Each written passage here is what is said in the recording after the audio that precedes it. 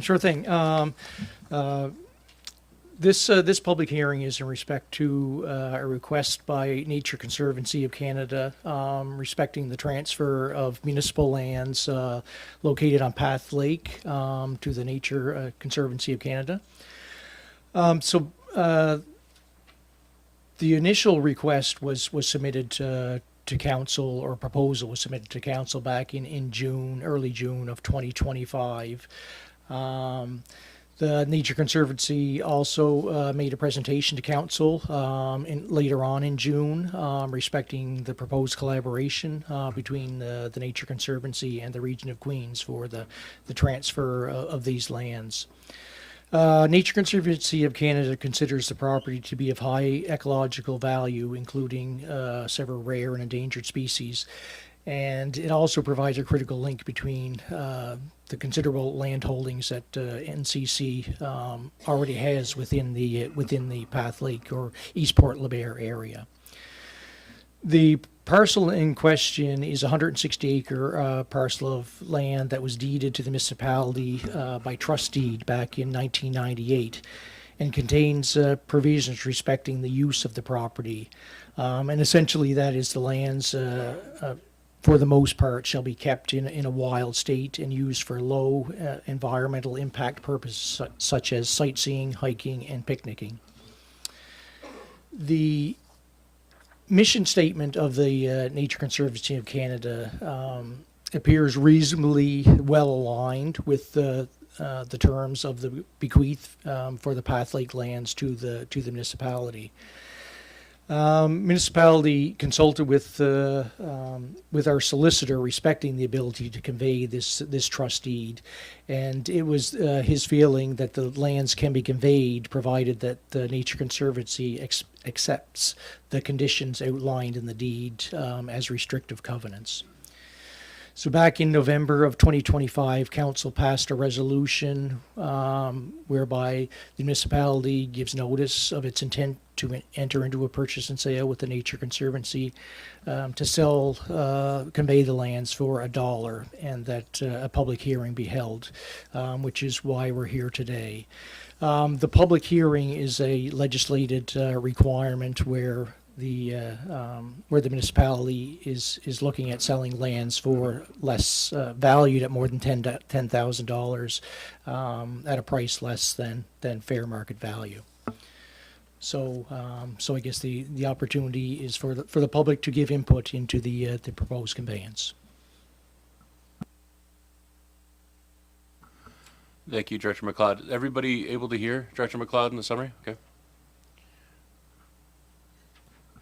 And I guess I just should mention that we have representation from the Nature Conservancy of Canada here with us today. Doug Van Hemison,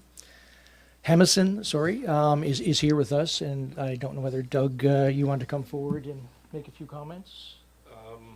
Actually, I can, sure. Actually.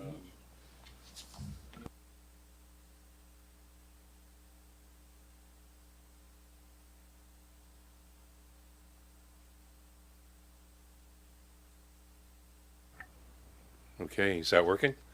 Okay, great. Yeah, thanks for that intro. Right from the top, that's really great. Like you said, Nature Conservancy has been active in the region for quite some time on the Port Jolly Peninsula and adjacent areas, and highly significant ecological areas, especially for rare lichens. It's a real hot spot, as you've probably heard before. This whole South Shore and these peninsulas that have the oceanic influence are very, very significant for rare lichens. That's another property that adds to that. I know that there's always some concern about, well, what's going to happen if Nature Conservancy owns the land? Nothing really will change. We allow hunting and fishing and traditional activities on the properties, so all of that can continue. We don't plan to make any significant changes or any changes of any sort, really. We own land for the purpose of ensuring it's there for conservation into perpetuity. We're a national organization, well-funded, well-established. There's no risk at all that at some point in the future, Nature Conservancy might choose to divest. It's illegal for us to do that as a charity. And if the organization, for some unknown reason into the future, needs to dissolve, then again, we're legally bound to ensure that those assets are transferred to an organization with the same values and the same plans. Not sure what else to add. I'm happy to take questions if now's the time, or any other comments you want me to make. Yeah, thanks, Doug.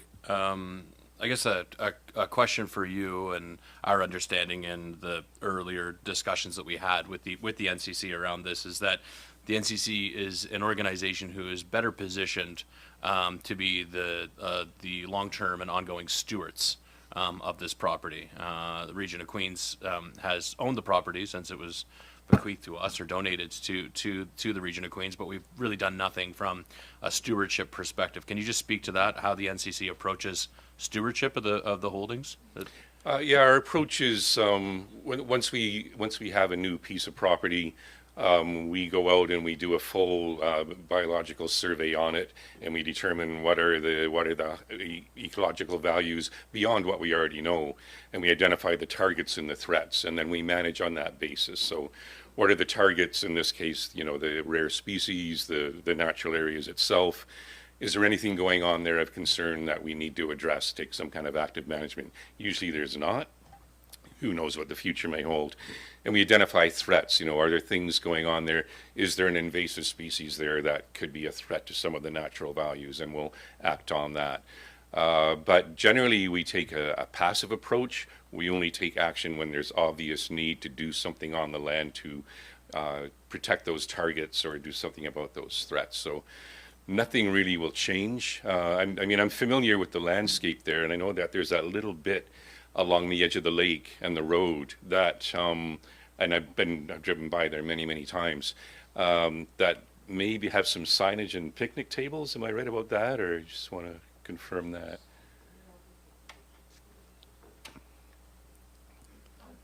Does this purchase, sorry, include both sides of the road into Fort LeBert? Because there's one side that has the lake. Yeah, and then just the from other an accessibility perspective, Daniel, we'll have to get you to come up to the microphone. Yeah, Oh. or yell loud, Danielle. But if you want to come up and ask some questions, that'd be fine. But Roberta, did you just want to answer the question that what's actually there? Sorry, yeah, there is a picnic table. I mean, it's people go there, they swim, they picnic, they enjoy the property. So, and I know across the road there's a porta potty in the summertime. I don't know if that is still going to be there or not. And I'm not sure if the region put that there. I don't know. But there was a porta potty there. Danielle and I are chatting back and forth there. But yeah, it's definitely used, like the public uses that for swimming and whatnot, canoeing, kayaking. It's, yeah. Okay. So none of that will change. We won't, excuse me, we won't do anything to prevent that kind of activity. For the porta potty, so that's on the other side of the road. And to Danielle's question, there's only one PID, one parcel indicated in the transfer. And I'm only aware of that one. I know that there's the piece on the other side, but to all of my information, it's just the PID on the west side of the road.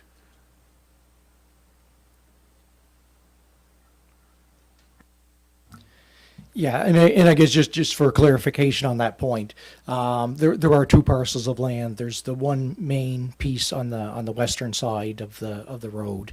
That's the piece that's in question. The smaller parcel that's on the eastern side, that's not included in this transfer. That's where I think it's cleared out like a little park area, so that's not included in this conveyance.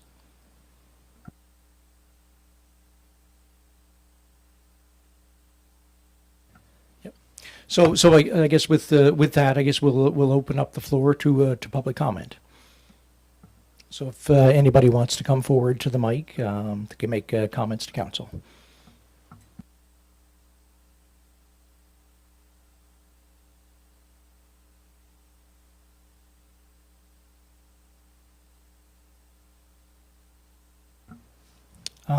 Anybody want to, for the second time, I guess, anybody want to come make comments on this proposed transaction?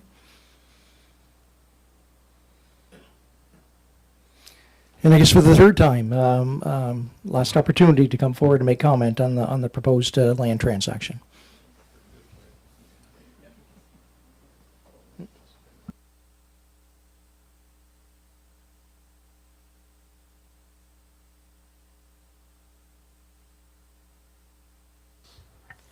Hi, I'm Danielle Robertson. I've been involved with the Nature Conservancy for 20 plus years in the Port Jolly area, and I found them to be a really good organization to work with and a good organization in our community. I think my question was answered, by the way. It's only the one side of the road, and the other side was the one that had the porta potty on it and the picnic table. And I thought the porta potty had to do with the road work that was being done, but I'm not sure about that. So I think local people will be happy with the Nature Conservancy being the new owners of the property, because really what it means is that it will never be developed. It's still, everybody can still hunt, fish, hike. So, you know, there's really nothing negative. It's just that the land won't be developed. Trees won't be cut, buildings won't be built. But sometimes there are hunters that have concerns that they're not going to be able to access lands when the Nature Conservancy owns them, but generally they are allowed to still hunt and fish on the properties. So it just means that it's going to stay the same. So I don't think there'll be a lot of opposition to it, personally. It's good for people who enjoy, who are into conservation, but it's also good for hunters and fishermen who want to go fishing for trout or whatever. So that's my comments on that. Thank you, Danielle. Council, any questions?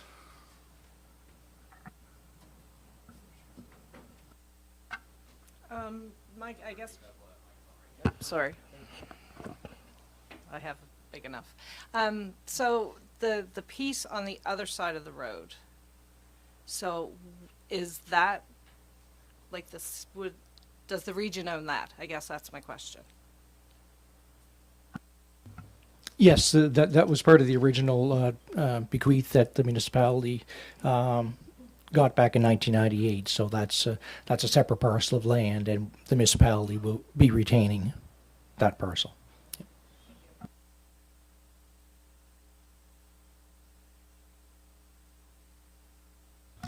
Okay, and if there's anybody else would like to speak? Okay, if not, we'll call the hearing closed. Thank you, Director McLeod. Thank you, Doug.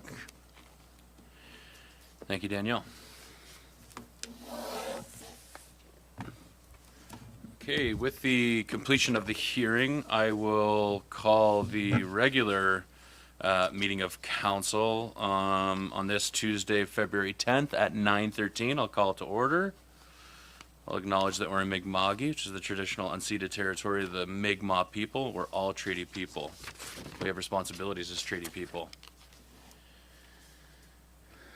Approval of the agenda, council. Any additions, revisions to the agenda circulated? Councilor Merrow? I would like to add 13.2 under council business. I'd like to discuss the Brooklands area rate meeting, please. Okay, 13.2, discussion on Brooklands area rate vote. Any other revisions, additions to the agenda circulated, council? Hearing none, I'll look for a motion to approve the agenda circulated, or as revised. Moved by Councilor Jenkins. Is there a second? Seconded by Councilor Carver. All those in favor? The agenda is approved. Now for adoption of minutes, we had minutes from the regular council meeting, which took place January 27th. Any revisions to the minutes as circulated? Revisions? Oh. Is there a motion to adopt the minutes as circulated? Moved by the Deputy Mayor, seconded by Councillor Wenzel. All those in favor? Minutes are adopted. Now for public comments. This is the section of the meeting where we hear from our residents. If any members of the community would like to address council, I would ask that you please limit your comments to 5 minutes. Come forward to the podium. You can use any of one of the 5 microphones at the front here, whichever you're most comfortable with. Please state your name and the community in which you reside, and direct your comments to me as the chair of this meeting. And please bear in mind that this is a public meeting and this being live streamed, et cetera, et cetera. Take it away, sir. Hi. Excuse me. Good morning. I'm Bruce McInnes. I live in the LaBelle area and on Beavertail Basin. And I'm representing the Greater Maliga Lake Lot Owners Association. I'd just like to make a few comments on the recommendations from staff on the proposed bylaw 27 respecting private road maintenance charges. The reason I've been asked to speak for the association is that I've been involved with the bylaw process since 2022 when we received the first version of a bylaw to look at. And it's been a long process, obviously, so we're pleased to see a timeline for this matter to be resolved. One of the concerns is that, you know, it's mid-February right now, and to get this through and ready and everything, it's probably not a burning issue to get it done by the end of March, which seemed to, you know, come across in the paper prepared by staff. But having said that, the delay doesn't have to be that long. They talk about consultations, and the consultations relate to things like the fact that liens hadn't been previously discussed, and also a low-income matter that's, you know, included in the proposed bylaw. Now, in terms of the liens, we have spoken at each of our annual general meetings for the last 4 years and discussed the fact that the lien is the main reason why we're doing this, the prospect of it. We currently lose $50,000 to $60,000 a year in unpaid membership fees for the road maintenance. And the only way that we're going to solve that is to have somebody who has a little bit of a stick to use, as well as, you know, just currently what we try and do is provide a level of service that's actually better than what they get from the provincial roads. Unfortunately, it doesn't seem to work that way. The other issue that is there, so anyway, just to finish with the liens, when we do the requirement to meet the 67%, it'll probably be at a special general meeting or the annual general meeting. We're going to ensure that all the members are well aware of the material that's included in the bylaws and the responsibilities and the ramifications of it, which would include the liens as well. And then we'll have to have that 2/3 agree to it. So I don't think separate public consultations are required for that. It's going to be covered off by us in the process to get the reapproval. When we're looking at the low income side of it, I've gone through just about every other set of bylaws related to private road management in the province. And this is the only one that I see that in. Don't really think this is the appropriate place because you're running the risk of a very small property group having 1 or 2 people who aren't paying the full dues. They're going to know who they are. And now you've got the other people have to pick up the extra cost that they're not collecting otherwise. And really that's a wider distribution. It should be carried by everybody in the municipality, not just the people on that specific road. For us and part of the Greater Maliga Lake Lot Owners Association, probably not a big deal because it would be a small drop in the bucket. But if you're a road with 4 or 5 people on it, that could be a significant issue. So I think you should consider getting rid of that. And if it is not included, then there again, consultations aren't required to deal with it. There's a couple of issues that we see with the proposed bylaw as it is right now. We hadn't been consulted, so this is the first shot at looking at it. So, what we've looked at isn't comprehensive to say the least. Things like the HST clause, the wording of it could be problematic because our HST registrant says we can't collect HST, which implies that it may be implicit in the levy. And I honestly don't know. We'd have to get legal or a specialist in the sales tax to deal with that. And as I mentioned, the low income reduction area. And there's a few things that I see in the other bylaws that I really think you should probably have in yours as well. And we'd be happy to discuss that with your staff to assist them in any way we can in trying to get this forward. So just in summary, for us, it's too late this year. We've already done our billing. It's done and gone. And so we don't need it to be rushed through, but we do need it on time so that we can get it lined up. Our AGM's at the end of July, so it'd be nice to have the bylaw in place so we could just deal with it in one shot rather than having to set up a separate meeting. The consultations, we don't believe need to go ahead. And if we do get another delay because they take up too much time, that's going to cost us another $60,000. Thank you for your attention to this matter, and we really appreciate the progress that's been done. Thank you, Mr. McGinnis. Any other member of the community who would like to address council today? Good morning, Mayor Christian and members of the council. My name is Al Moore. I'm the director of the Hanley Point Property Owners, an area that's on Maliga Lake and off the LaBelle Road. I would like to thank the council and the staff for the development of the bylaw. This is a great improvement over the bylaw 26 that you tabled last year. I only have a couple of questions. Paragraph 12.1, is the application fee of $325 a one-time payment and not a renewal fee? It didn't really specify in your bylaw. I'm making an assumption that it's only one-time fee. Para 12.2, you're charging HST on the 2.5% collected. We don't collect HST because we're a small private organization, nonprofit, and we're collecting less than $50,000 for our total fee collection. So you don't charge HST on the property tax bills. So I'm just wondering why you're also now adding a tax charge to the fees collected and then returning back to us. Bylaw 26 stated a payment to the associations in the fall, spring, and year, and your current statement only suggests a payment back to us on the June the 30th. As our association does not allow us to borrow money, then that means Hanley Point will have to go a year without any ability to complete winter plowing and spring road work. I realize that taxes may be paid in June or monthly via mortgage payments, as well as you may have a delinquency rate, which results in the county not knowing exactly what collection amount has been made for each association. I request that you allow payments to the associations of 25% in the fall, 50% sometime around March, and the remainder in June, thus enabling the associations to manage their budget a little bit easier.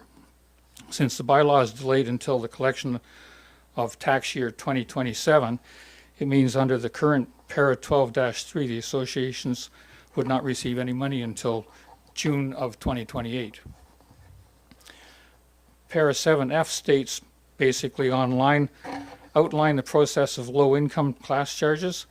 I would think that this is a government issue, as associations don't have access to any information to allow reduction in specific lots.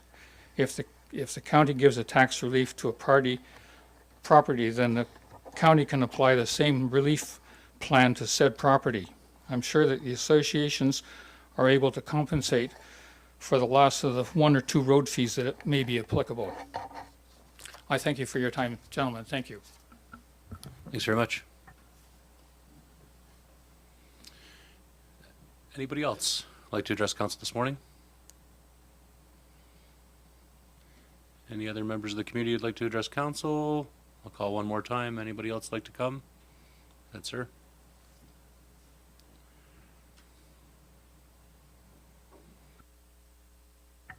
Good morning. I'm, is it on? Yeah. I'm Scott Jerdry. I'm a member of the Judd Freeman Road Association, just up from Councilman Jenkins' fire hall project that we all know and love. I'm speaking this morning quite off the cuff. I'm at a disadvantage. I didn't get to read motion or 26 or 27, so there are some things that I'm definitely not familiar with. And if it's in there, I apologize for being here, I guess, less than informed, but I do see a lot more questions than I'm hearing from the other speakers, such as, what about road associations that actually are not formal? We have a couple of those around. Are they also going to be rolled into this area? Roads that may have two counties, and I'm thinking on the other side of Malika Lake, that may have two counties involved. Queens being here, Lunenburg being collected from, even though they're on the same road. You know, things of that nature. The way the fees are collected, you know, there are questions. Is this all going to go into one Queens County account, and then everybody's going to draw from that? As I recall, we had to apply to get our money, which had to be in writing in February, if that was one of the things that was proposed.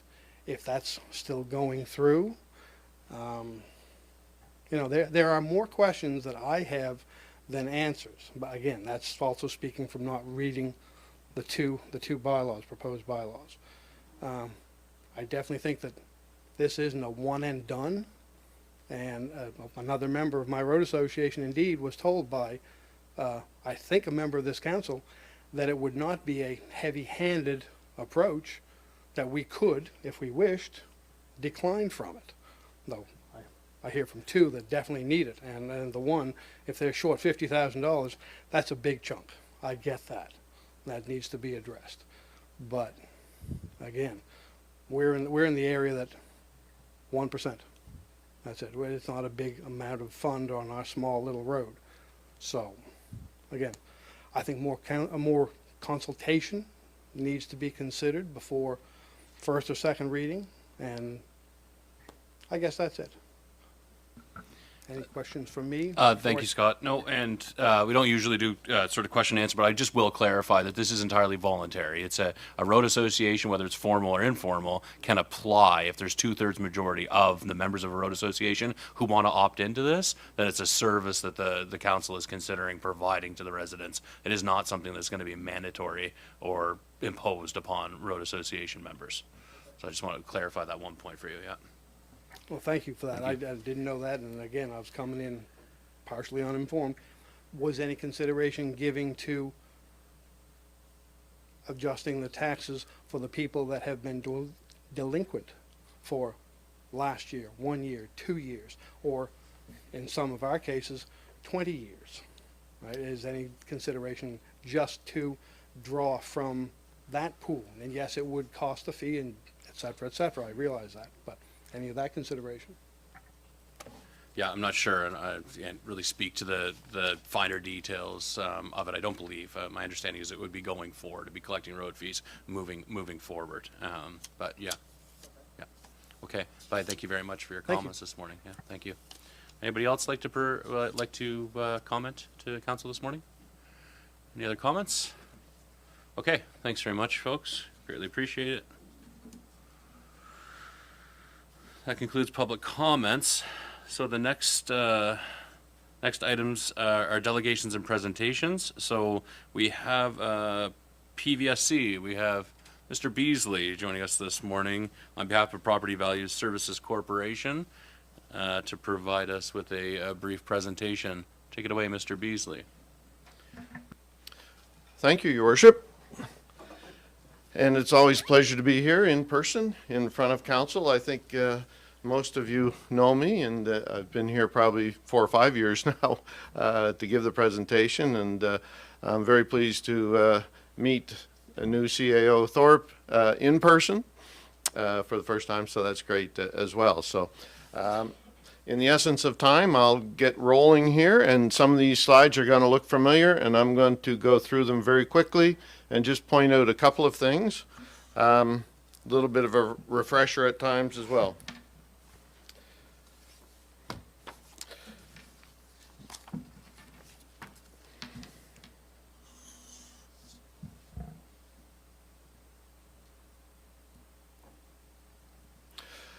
So about PVSC, we've gone through this slide before. The Assessment Act is what we're legislated by. We deliver assessments for all 49 municipalities, and we're a not-for-profit corporation. We were part of the government. I guess we sort of broke away from the government in and around 2000. So we've been a not-for-profit ever since. And we are governed by a board of directors. Right now we have, or the last time I looked, we had 11 directors, 3 of which were elected municipal officials, such as yourself, 3 of which were municipal professionals, staffers, and 4 of which were independent private sector professionals. Plus we had Juanita Spencer, who is the CEO of the NSFM. I should note that Joe Feeney, the deputy mayor of Mahone Bay, is currently our chair. He's one of the elected officials. So what we do and what we don't do, essentially, I guess the in this slide, all I'll point out this time around is just a reminder that we do deliver to assessment notices about a month ago to some 650,000 property owners around the province, and we do assessment. That's all we do is assessment. We don't do any of the tax policy, tax relief. We don't look at ownership of land, that type of thing. That's the land registry. They provide that information to us. We do assessment, and we do the CAP program and the seasonal tourist program on behalf of the province. As a quick reminder, we assess at market value. The Assessment Act requires us to do that. Essentially, willing buyer, willing seller, no undue influence, arm's length transactions, market value is sort of based on that definition. Our market value date or evaluation date, it's called the base date for the 2026 assessment roll, which was just delivered, is 1 year back. So it is January 2025 market value based on all the market influences back 1 year. However, we do collect data, property data, to make it as current as we can right up to the time that the assessment roll is completed in December of each year. So we do continue to collect permit data and do inspections and those types of things right up to December 1st and input that for the assessment roll, which gets delivered the next month essentially. 3 approaches to value we've gone over before. Sales comparison by far the most prominent and most widely used, not only in Nova Scotia but worldwide. It's the preferred method really when you're talking about most properties, and the vast majority of residential properties would be on a sales comparison method. If you have questions on income approach and that type of thing, I'll certainly take them. I think there were questions in previous years, but I know we've gone over it before. Income approach would be used, by the way, for things such as the new special care home that's coming online eventually. Once it's finished construction, it will be on an income approach. Of course, the accommodation industry, some of the resorts and that are around are on income approach. Apartments, large apartments, those types of things, because they derive their value out of the income they generate from their rentals.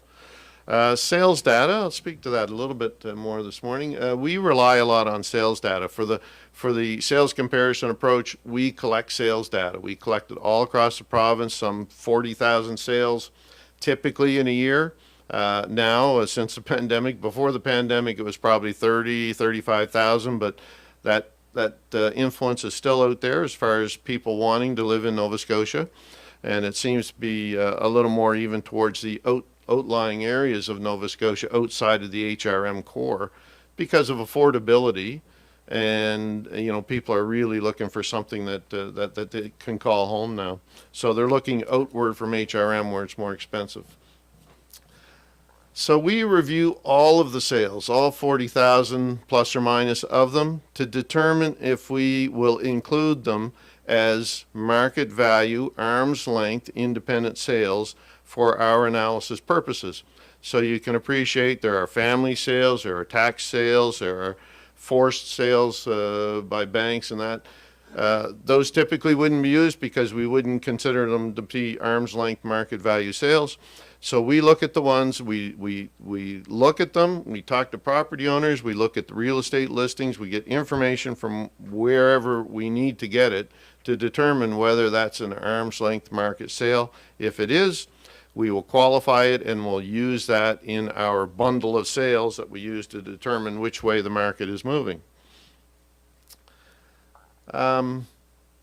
We look at these sales in sort of homogeneous areas, neighborhoods, similar geographic type areas, but also similar property types like subdivisions and those types of things. So we don't compare properties that are not similar and use those for one area and not another or whatever. But so we try to bundle them in neighborhoods, similar ages. We'll use those sales and we'll compare them. That will tell us what value or what way the market is moving, and that will be reflected on the assessment roll. We look backwards. We only look at sales that have actually occurred. It's actually true sales data. We don't look forward to try to speculate as to which way the market may go in the future. We just look at the actual data. And if we need to expand the area, like it gets a little difficult in rural areas or some of the small communities to have enough sales to be statistically significant every year. So sometimes we have to expand the geographic areas so that maybe there's a neighborhood just outside of the community that is similar, the property sells similar, the age of the properties, the characteristics are similar. We may go a little bit outside just to get additional sales to give us that additional evidence of which way the market is going.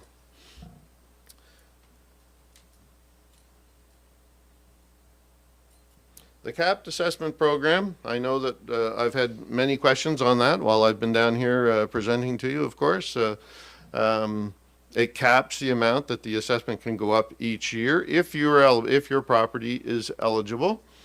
And it's based on consumer price index.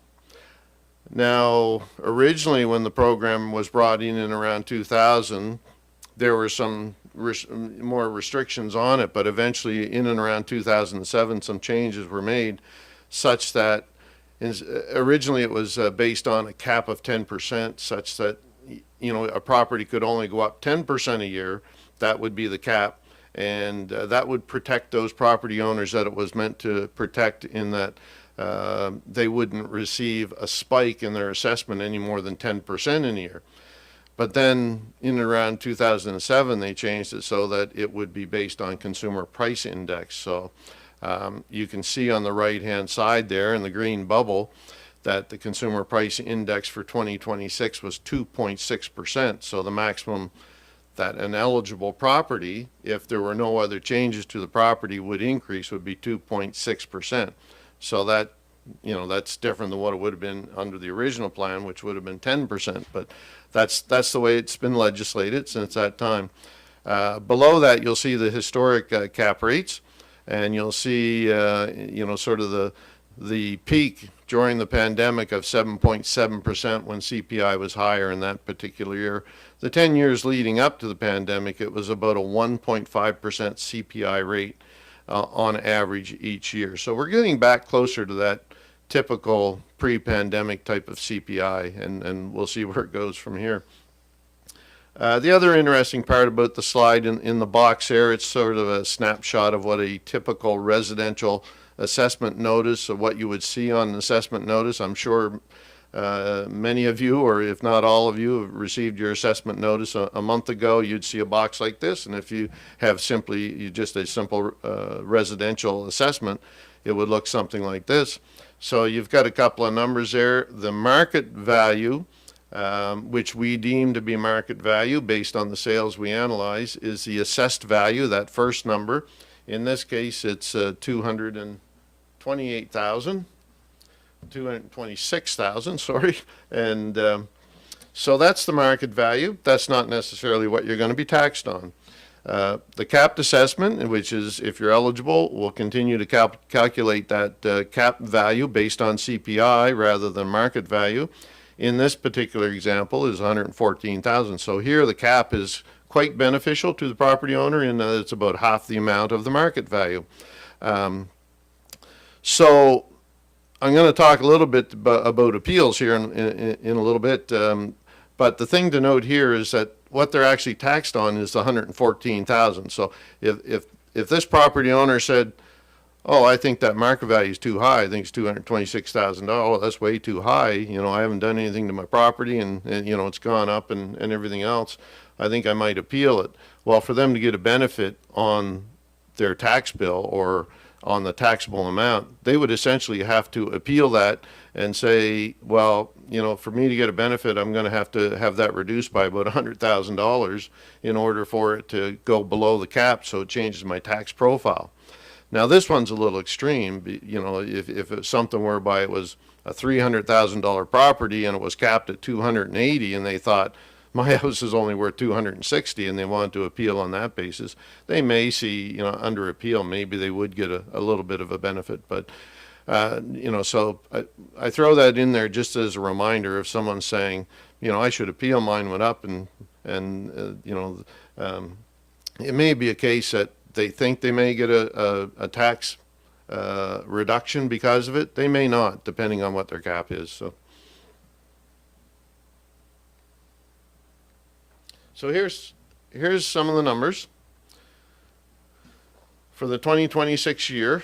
And I think what I'll do, I'll peel back the layers here a little bit, but I think I'll start with that top line from 2022 through to 2026, and it says total assessment roll. And you'll see in 2026 it's 2.5 billion essentially for the entirety of the municipality of the region. If you compare 2022 through to 2026, that represents over those 5 years an actual 70% increase in your total market value assessment change, like a 70% change over those 5 years. And that's very significant for Nova Scotia in that those pandemic years really did put the market values up quite considerably. Now, if you compare that, if we sort of break it down in just residential and then residential with cap, so if you take a look at the second line down where it's 2.3 billion, that's your total residential, which includes it's market value residential with exempt properties, so on and so forth. That line actually from 2022 to 2026 increased by 77%. So the top line included commercial, it included exempt, and so on and so forth. So the residential itself was up 77% over those 5 years. But then if you take the cap and the next line down, the 1.6 billion, if you take the cap effect into consideration, it only increased over those 5 years by 40%. So your residential market value up 77%. Your over 5 years, the residential with cap, which is more or less what's the taxable amount for constituents. It was up about 40%. So that's the cap impact sort of over those 5 years. Now, if you look down the left-hand column there, the 2026 column, you'll see the total assessment roll, which was up, total assessment roll was up about 6.4% from last year to this year. Your residential market value assessment was up about 7% last year to this year. Your adjusted with cap impact included in that residential was up 8.3%, and your commercial assessment was up 0.4%, but the taxable commercial was up 2.4%. And the reason the 2.4% is it's up higher, the taxable is up higher, is because new construction on the special care facility, that's a big portion of it. Some increase on the accommodation sector, such as those resorts and those types of things, which are doing much better after the pandemic. So we're getting back to where they're doing better after the pandemic. But so peeling that back a little bit more, the green box on the right-hand side is probably what staff is most interested in year over year. I don't have the difference year over year, but that total taxable value, you need to take your total assessment, which includes commercial and residential, and includes exempt properties as well, and then you need to peel off the cap impact as well. So if you take total, take out the exempt properties, which you really don't earn taxes on, and if you take out the cap impact, the final number you're left with for your budget is essentially that green box in the corner. Notwithstanding any PILT grants or grants in lieu or things like that. So it does, as you peel back the layers, it does decrease quite a bit as far as what's taxable when you do your budgets. So some graphics here. Here's qualified sales. I spoke about how we qualify the sales to determine if they're market value sales. Fairly flat, other than during that pandemic bump, and down to 300, or it's at about 390 for the assessment roll that we just prepared. So that's 390 properties around the municipality that we use to analyze to determine which way market values are going. Number of permits we've received from the municipality, pretty flat throughout the years. Not too much change there. And the number of appeals, as the values went up through that pandemic period, the appeals went up, and now we're getting back to what might be considered a little more normal. 193 appeals, through 2025. I didn't look at the numbers this morning, but typically around the province we're about 17-18% down this year in the number of appeals. I didn't look at Queens. I probably should have before I came, but I anticipate they're probably down a little bit. Now, on those appeals, I know we get asked a lot of questions about how many are successful or how many aren't successful. Well, from a municipal perspective, I think, thinking as your CFO and CAO, they're thinking, how do we budget for appeal losses? Well, this year we did a statistic, and for Queens, for the region, the retained value after appeals, like if you started 100%, that's our assessment roll. After these appeals were heard, the retained value was 99.83% of the total or assessment roll that you began with. So the impact, sometimes it sounds like there's a lot of appeals, and the numbers seem like a lot sometimes, but the impact on the total roll, not particularly significant by the time we adjudicate on those appeals and by the time we go through the process of making any adjustments. So essentially for the municipality, 99.83% retained. We're going to keep track of that going forward, because I think it'd be important for your staff to be able to budget based on, what do we feel that we're going to retain in taxable dollars. Now, the number that for property owners' perspective, when they call us and when they appeal, 66% of those appeals were confirmed or withdrawn. So when we talk to them, when the property owner contacts us or we go through the appeal with them, they'll either withdraw it, or we'll say, no, we think your value is just fine, and we'll confirm it. And 66% of the time last year, that was the end of it. 33% of the time we did an adjustment on those appeals, and we've still got 1% that we're working on that may have gone to NSAT or to the UARB or something like that. That takes a little bit longer.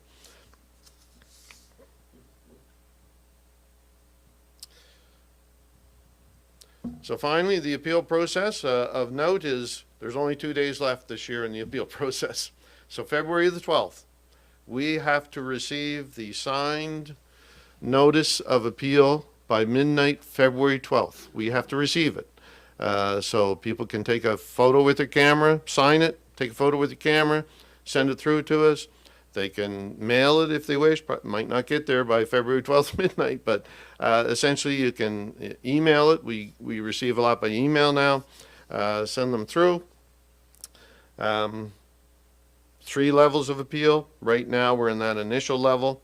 We'll take those appeals once we receive them, and we'll start going through them and making a decision, contacting property owners, that type of thing, walking them through it. Then, if they are not satisfied after that first level, they have the opportunity to appeal to NSAT, the Nova Scotia Assessment Appeal Tribunal. It's independent, and they'll go before a chair. They can provide whatever evidence they want. The chair will ask the questions, and we'll provide our evidence, and then chair will make a decision, totally independent. Typically lawyers or retired lawyers that are doing that. And then if they're not satisfied after that process, they can take it to the more formal Nova Scotia Regulatory Appeal Board. Used to be the UARB, now it's the NSRAB. Contact information, it's there. We encourage you to have people contact us anytime during the year. But in particular, we're in our appeal period right now. We have people standing by, all hands on deck, all this week to take calls all through the appeal period, 5 days a week. And last year, during the 4-week appeal period, we received 10,000 inquiries, which we responded to. And on average, the wait time was 16 seconds before you got an actual person on the line or had contact with them. So we've worked very hard on that, and it seems to be going along quite nicely. The numbers and the contact information is there, and so please refer your constituents to us at any time. And I thank you very much for allowing me to be here again, Your Worship. Thank you, Mr. Beasley. Council, any questions for Mr. Beasley, PVSC? Go ahead, Council Jenkins.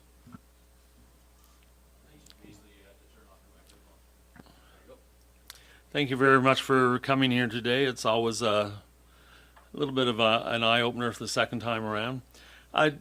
How far behind are you in correcting adjustments or doing assessments on property that haven't been visited for quite a while?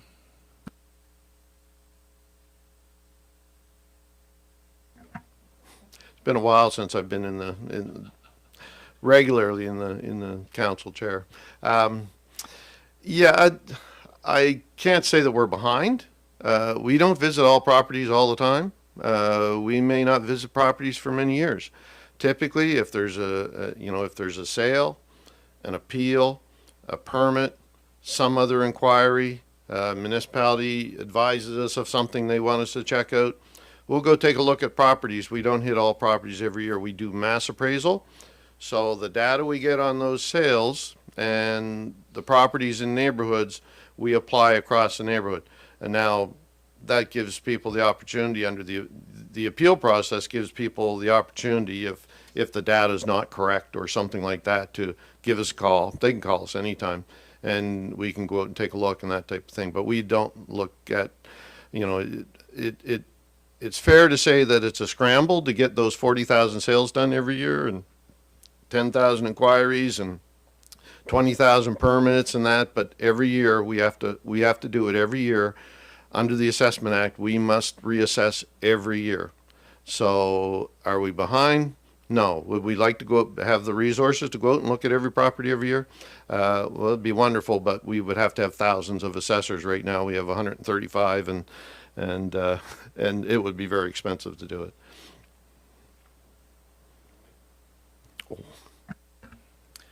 So what affects the cost of a piece of property? And an example is, say if I bought a piece of a building lot and it cost me $10,000 and I decided to put a sewer system in it and a well and fix up a nice driveway, would that affect the value of that property?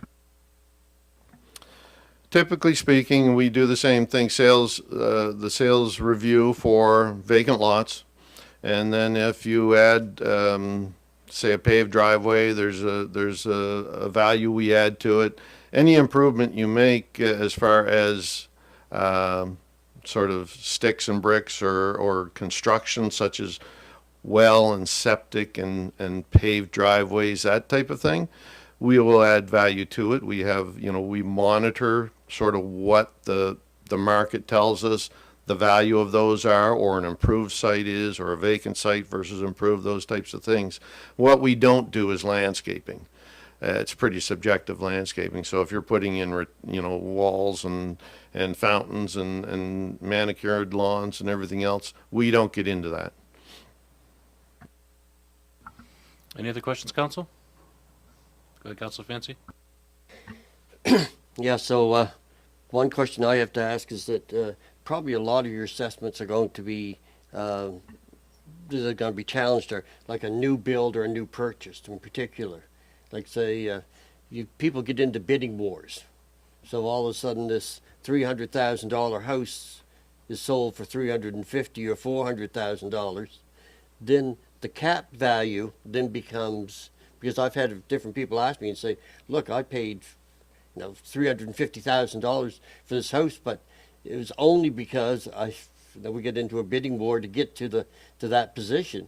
So then does the cap value, you start looking at others that are around that really what the real value of the house is $300,000, but they paid $350,000. So then do you look at his cap value is $300,000 and then the assessed value is $350,000? I just wondered how you do that. Got it. We look at the sale and we review the sale and we analyze the sale, and particularly through that pandemic period, we did notice that there were a lot of sales that were overbid, so to speak, and we didn't consider them to be market values. So yeah, you're right on when in your example, like if it sold for $350,000, we may have assessed it for $300,000. We may have assessed it for $340,000, depending on the situation. But we look at them all and we determine whether we feel that it's, and in the act, it's in the assessor's opinion. So, the assessor's experience, the area, what sales are transacting, they make the call as to, is this true market value? Did they overpay? Did they underpay? Et cetera, and they adjust it to what we feel market value is as of that market value date 1 year ago. And you're right, it does happen a lot with sales and cap. The cap comes off. When the property sells, the cap comes off. So people are purchasing properties, in your example, $350,000, they're purchasing for $350,000, maybe the cap was $200,000, cap comes off, they don't keep the cap. Next time they get their tax bill, it's going to be at the value, whether it's $340,000, $300,000, $350,000, whatever we've determined that market value to be. Then the cap could kick in the future, but not for that particular year. Another question is that, say that person who buys that for $350,000 and all of a sudden you look at it and you see houses round about selling for $350,000 on the same scale or whatever, or maybe it's capped at $320,000 and it's the others around there it's the $320,000. But they say, well, when I bought that, it's got so much work to be done because you can't see everything, not unless you go into the house and notice all the things. So when they come back and they make their appeal, they come back with the appealing that, hey, look, I need new furnace, I need this and this and this. That's part of the appeal process. It certainly is part of the discussions we have with property owners. Now, if we determine, well, these properties are selling, they're all similar state of repair, et cetera, et cetera, et cetera, under the international standards that we work under, is we aim for between 90% and 110% of true market value.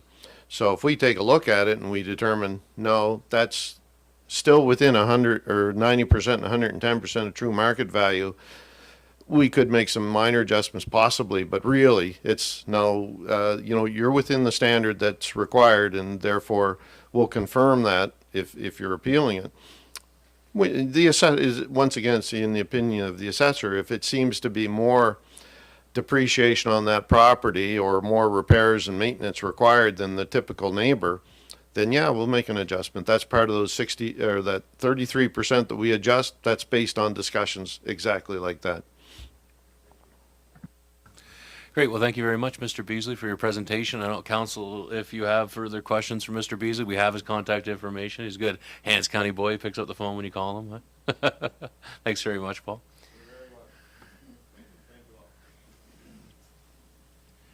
Okay, the next presentation that we have for this morning is from the North Queens Active Living. Folks, come on up. Wherever you're most comfortable.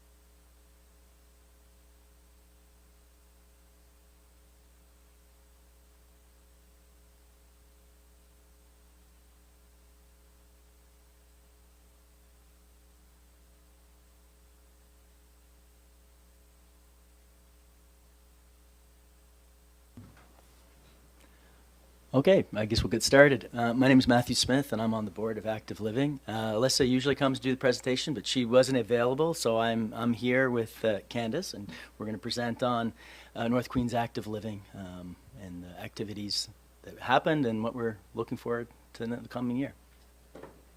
First of all, thank you for first time.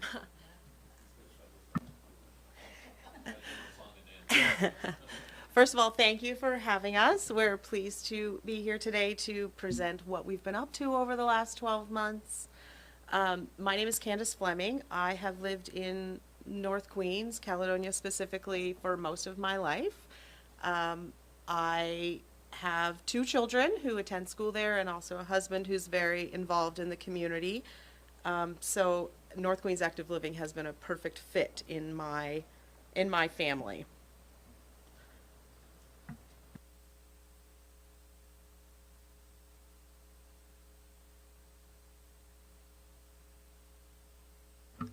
Yeah, next slide. Yeah.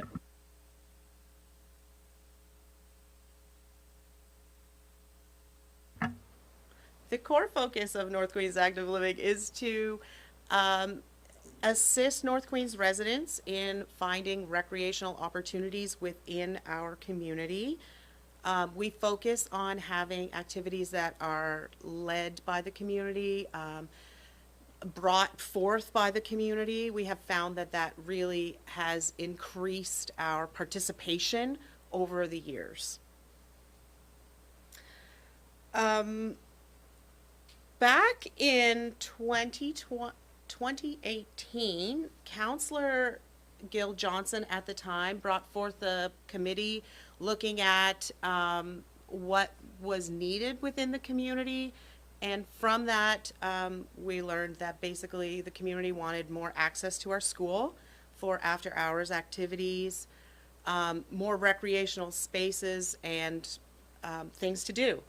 And so from that, Active Living was born, and since then, that's really what we've been aiming to do on all the different levels. We work with lots of community volunteers. Right now, we have about 10 volunteers running different aspects of what we do.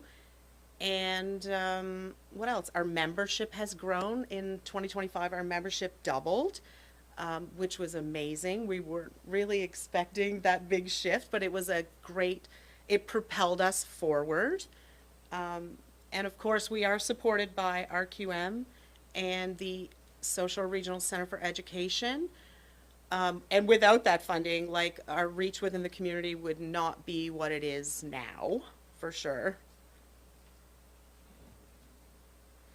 In 2025, we hosted 26 activities or partnerships, all held within North Queens.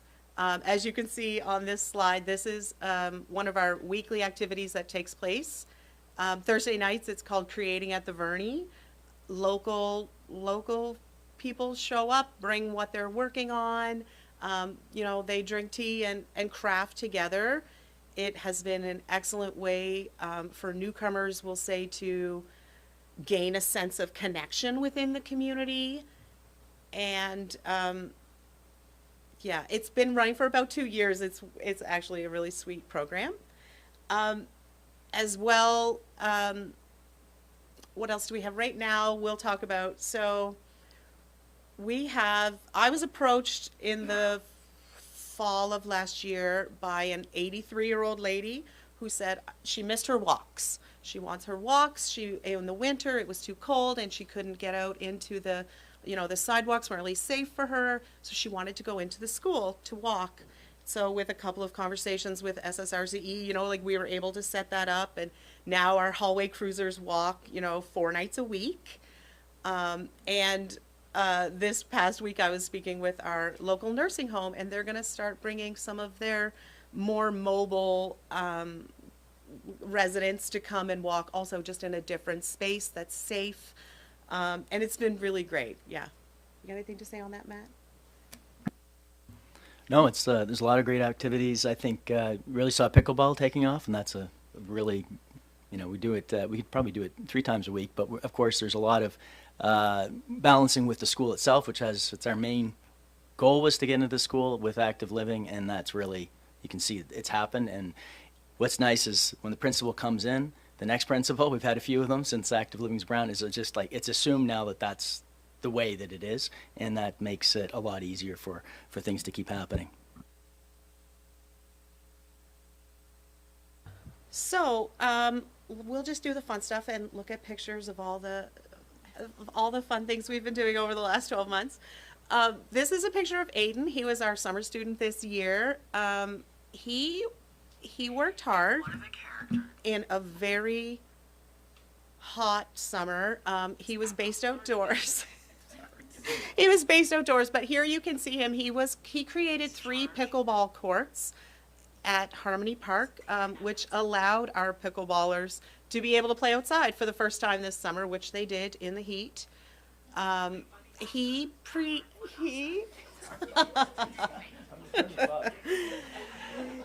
helped with doing summer sports in the evenings when it was cooler. He provided pop-up games.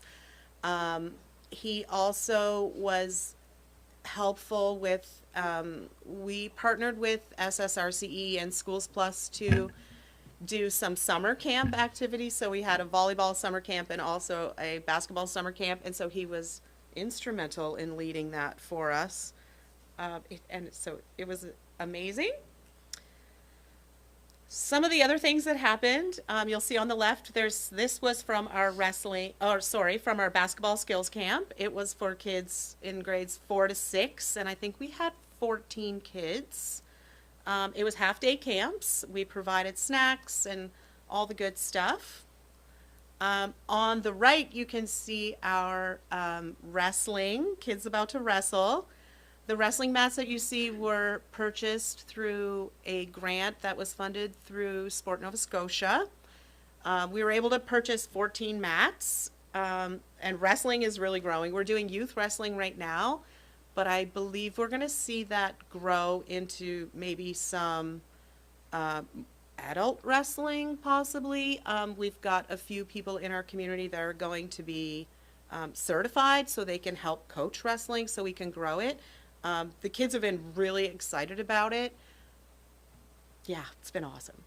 Underneath, you can see our babysitting safety course that took place last, maybe April. We had, I'd say 14 to 16 kids, I can't remember exactly, who all got certified into safe babysitting, and it was great. During that time, we were trying to bring more things to the community that may help with people volunteering or being more active. So during that time, we had a drop-in for the RCMP to do criminal record checks. We did a food safety course right around that time, and also the babysitting course. This was a collaboration with Schools Plus as well, and Aiden was so instrumental in this, bringing we built your own geckos. We had 10 kids come out, and they built geckos out of giant pool noodles and string, and they had so much fun. We had lots of snacks, and in fact, I've even had kids ask me already if we were going to do it again next year. Lots of faces you may recognize in this one. In October, November, we held our second annual Meet Your Neighbor Community Potluck. It's so fun. This past year, we had, I would say, right around the same number of participants as the previous year. Like, lots of community shows up. The food was great. We had everything from deer meat to decadent sweets. And the music was great. Counselor Carver stepped in, and also Matt. Yeah, and the mayor. I mean, I didn't want to put you on the spot. Yeah, it's an event that I think that lots of North Queens residents look forward to. It's fun, and it builds such great community. Okay, next up, I guess we can talk about some of the partnerships that we've been really focused on this year. One of the major ones is our playground update. So this is happening at the back of the North Queens Community School, where it started with a small community group of parents who were concerned about the play equipment, safe spaces, and generally just wanting more. They were very gung-ho to do the work. And so the first phase has been fully funded. The equipment has been purchased. They did this mostly through small fundraisers. There were some grants, and also we've got some amazing donations from our community that made this possible. And so we're so excited. As soon as the weather warms up, and basically when the snow's gone, we're pulling that old one out and putting the new one in. Phase 2 of this project will be working on the front playground. It's going to require a lot deeper work in groundwork and things like that, so it's not going to be as quick. But they've already started. They've already, put in grant applications, and we're moving forward. Yeah, so hopefully by next year we'll have this one in and the next one up. Yeah, so next project I'd like to talk. Okay, next project I'd like to talk about is the field. So very exciting. The field is starting to be constructed.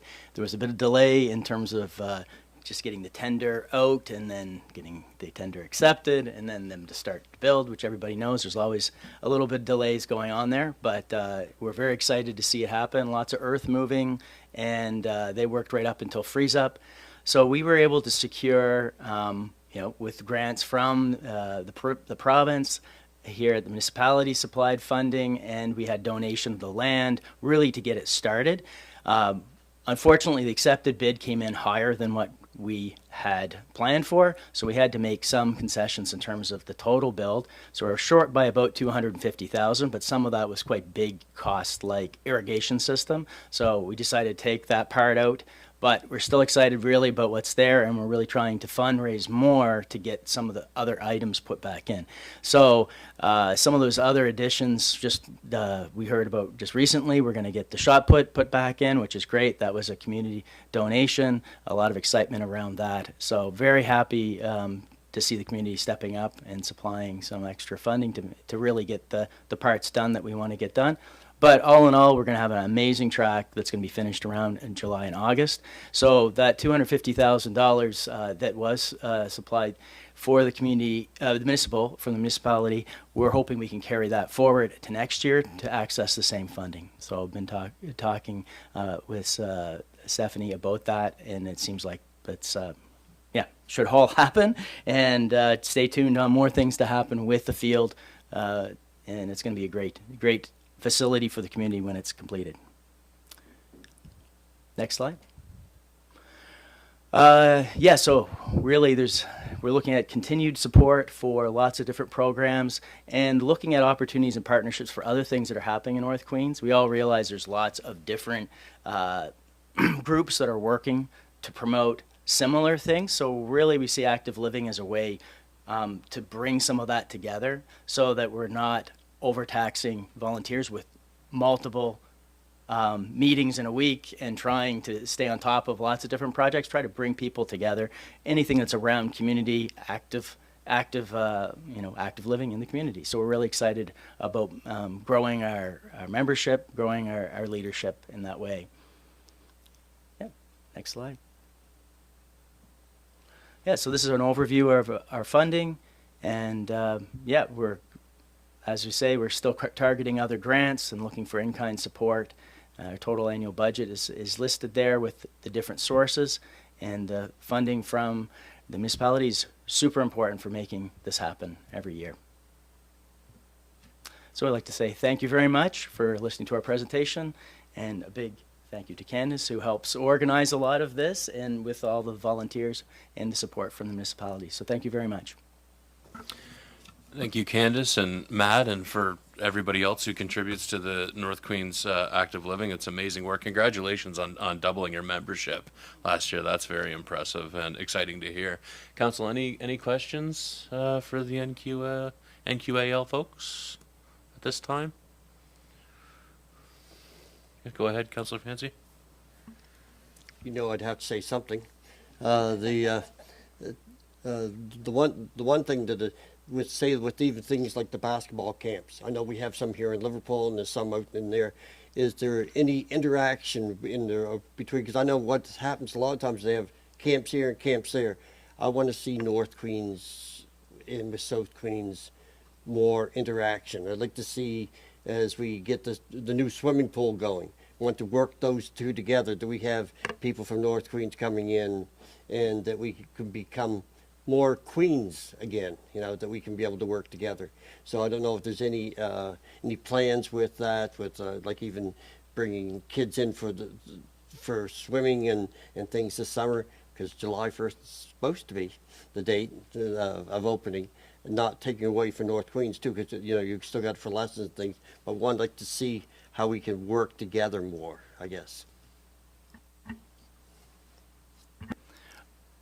Yeah, we just recently had a meeting with the health board, talking about ways to engage youth and bring youth into, especially at-risk youth. But talking about youth group was one thing that I think would be a great way to connect, because then transportation's an issue. So I think we really need to focus it around bring the youth together and then being able to transport them. We found that sometimes you just put a call out and say, hey, is anyone interested in going to do something? It's really hard to get youth out of the homes to go to do things. So I think if you have something where they're already together, they're active, and you have some support from volunteers and some of the supports you already have in the municipality, we could really make that connection better between, North and South Queens for sure. Great, Chris. I'm looking at your playground, because I had some conversations with some people who were involved in that. Where is your phase 2 funding coming from, or is it already in place? Right now, they're working on their phase 2 funding, so I know they just put in some pretty substantial grant applications. They will continue to do, like fundraising within the community. They've had really good success with that, I would say. But as for it hasn't been totally finished yet. The second phase is just beginning. What is the cost of phase 2? If I remember correctly, phase 2 is around 210,000, rings a bell? Is there an intention to ask Region of Queens Municipality for money towards phase 2?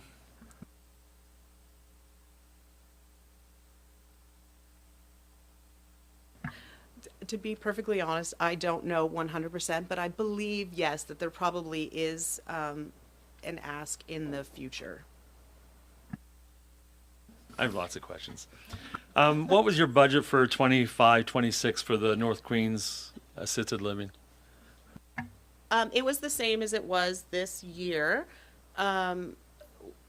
We received 16.5 from RQM, 10,000 from the Center for Education, and then we also do some fundraising and user fees on top of that. It is in my opinion at this time that I think Region of Queens should also look at cost of living increases to their funding as well when we go into budget debate. Thanks, Councillor Jenkins. And thanks to you folks. Greatly appreciate your presentation this morning.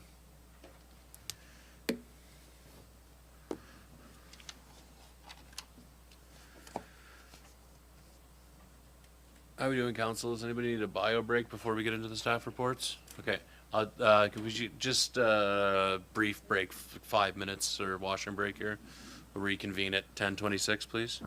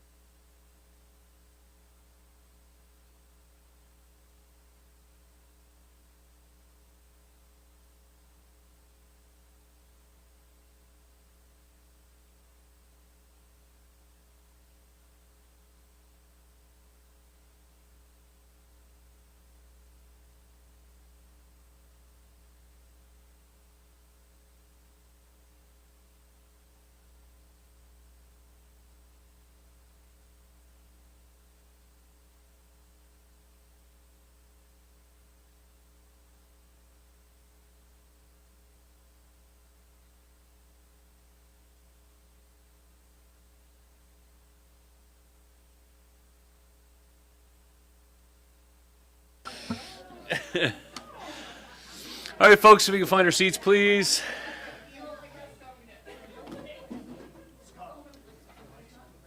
My mic, I just turned it on.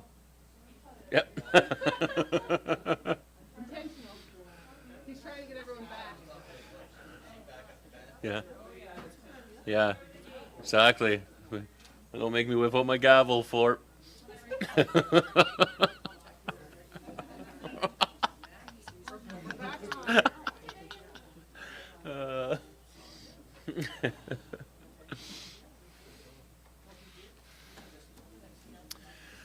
Okay. We'll get going again here, folks. So we're on to staff reports, and the first of which is the staff report pertaining to the hearing that we had, the Nature Conservancy of Canada's proposal on Path Lake lands. If you just a very brief overview, Director McLeod, given that we already had a hearing on this business item today. Absolutely. A brief overview. So, as you're aware, Nature Conservancy of Canada has made a proposal to council to acquire a parcel, 160-acre parcel of municipal lands on Eastport LeBaire on Path Lake. They consider the land to be of significant ecological value, and are requesting the transfer of that parcel, which is subject to some restrictive covenants under the current trust deed that the municipality attained back in 1998, which in turn would be included in a deed to the Nature Conservancy of Canada. So the proposal is to convey the lands to Nature Conservancy for the nominal fee of $1. Thank you, Director McLeod. Council, any questions on the staff report?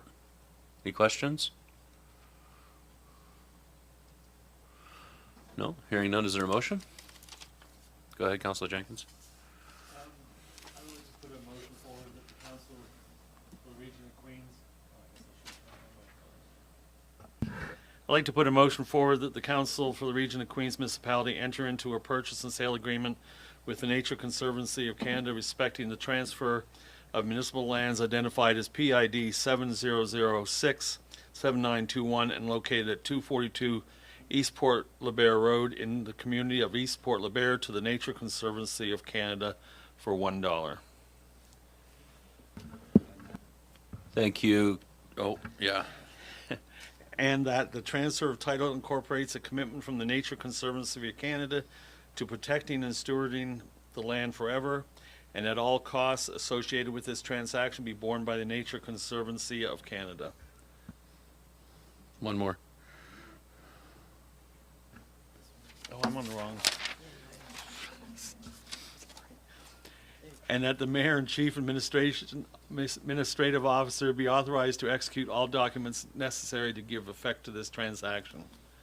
Thank you, Councillor Jenkins. There's a second to the motion. Seconded by Councillor Roy. Debate or discussion? Go ahead, Councillor Roy. I just want to say I think this is great for Port LeBaire. There were some concerns brought to me after I explained that, you know, it's status quo, nothing's really going to change. Then, you know, the majority, I believe, are for it. I didn't hear otherwise. So, thank you. Thank you, Councillor Roy. Any further comments, discussion before I ask the question? Yeah, I agree. I was excited by the proposal when the NCC brought it forward because it's my feeling that the NCC is better positioned as an organization for the perpetual ongoing stewardship and preservation of this land than the region of Queens Municipality is, and so that we will be able to honor all of the elements of the agreement that the family had put forward when they bequeathed this land to the region. And my understanding too is that the NCC has several other parcels of land in that area, and so this is great to see that there's a significant amount of conserved land in the Port LeBaire area, which is culturally, archaeologically, historically significant, ecologically significant area, and so I'm very pleased to see it, and I'm very appreciative of the NCC for their collaboration in making our way through this process. Anything further before I ask the question? All those in favor? That motion's carried. Thank you. Thanks, Director McLeod.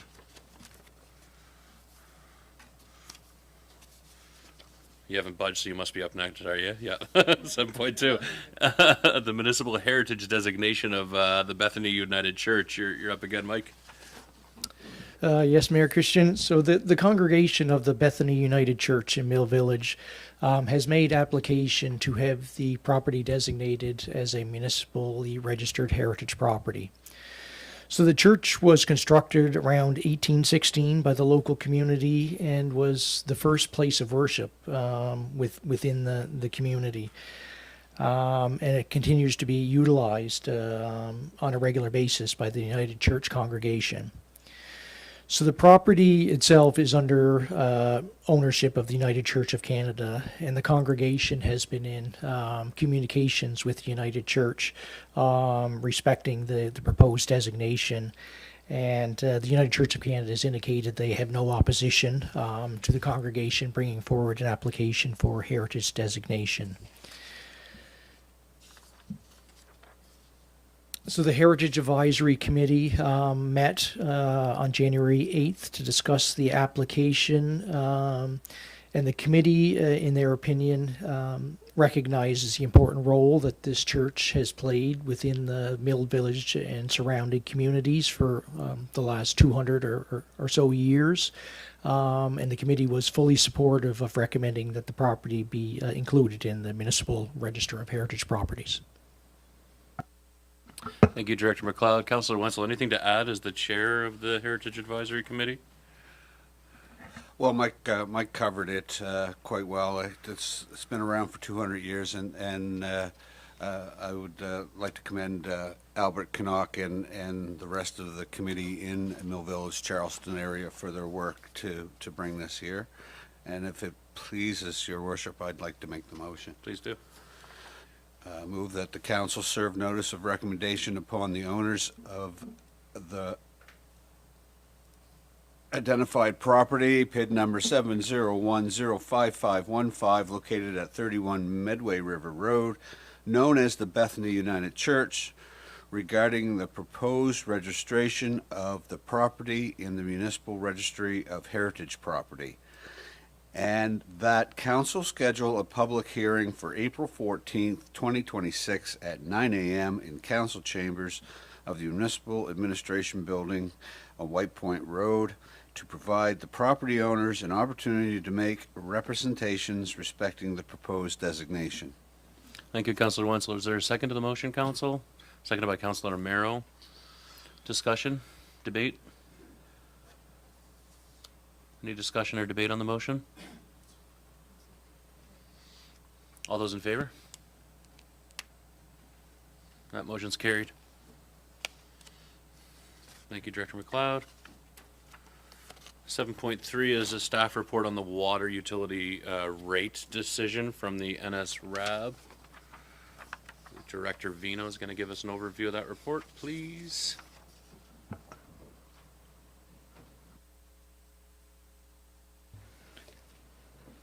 Good morning, Council. So I provided to you a staff report with an overview of both the process and the results of the hearing from the NSRAB. I'm not going to go into reading the background because we all lived it, so I don't think I need to review it, plus you guys all got to read it. So we'll go straight to the analysis. So our utility billing is done on a quarterly basis. So the approved dates for rate changes mean that billing periods will have different rates in different periods. So staff have estimated the following billing amounts based on average consumption and meter reads on the 15th of the month. So it can happen about or around the 15th of the month. Again, this is an estimate. So what I wanted to try and demonstrate with this table is that Rates change on January 1st, so therefore the bill that residents will be getting, the next bill, will have some proration of the charges. Some will be at the old rate and some will be in the new rate. So our utility clerk is working with SAP to make sure that we transparently disclose that on the bills. This is now going to happen every April 1st. We're anticipating that we're going to have rate changes every April 1st. So it will be something that our residents and our staff will get used to doing, to have that proration happening on the 1st of April when the rates change, because we've committed as staff to making sure that we have that rate hearing every 4 years so that we don't fall behind. Before I go on to any of the other sections, did anyone have a question? I mean, you can see if you look at the next page, the table at the top, basically what's happened is our original presentation to the board was, let's rip off the Band-Aid and let's increase the rates in the first year, and then we'll get it done, and then the second year and third year we'll have little to no increases. Well, the board looked at what we had presented and we made some adjustments. We took some money from, the reserve that we haven't been using, and we moved some things around, and the board said, you know what, thank you for that. That's great, but we still don't think it's enough. So what they have said to us is that we, as staff of RQM, finance staff, must take money that's currently in the capital reserve and use it to fund the operations of the utility to level out the rate increases. And that's what we've done. So that's what you see, changes to utility capital funding in the report. The board order contained the following requests, agreed on by the utility and incorporated into the compliance filing of December 29th, 2025. No interest is to be paid to the municipality on the deficit, which is currently $1.1 million. So that means that the taxpayers generally are owed $1.1 million by the users of the utility, and the board has said we cannot charge them interest on that money. That was discussed at a previous council meeting, and there's a little more in the financial implication section. We'll talk about that later. No repayment of the deficit is permitted in 25, 26, and 26, 27. So again, they're telling us we can't work on repaying that deficit because the previous application had a certain repayment schedule in there. Some capital projects budgeted to be funded from the depreciation fund are now to be funded by long-term debt. So let's go back to our finance house. We've got the town of finance. We've got our reserve house. Third floor is water capital reserve. Every year we put money into the third floor from our utility, and we use that money to fund utility-driven capital. And they're saying we can't do that anymore. We have to use that fund to fund operations, and therefore the utility has to borrow the money we need.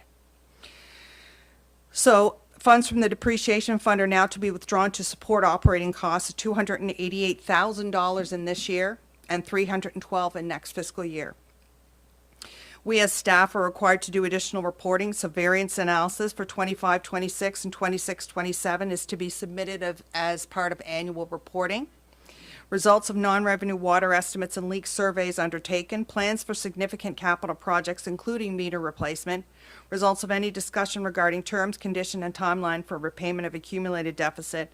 Region of Queens has included a commitment to file a rate study every 4 years in its acknowledgement of the decision. This letter was written by our CIO to the utility that says we will commit to doing these things that you've asked us to do in the filing, and we've also committed to having that rate study every 4 years.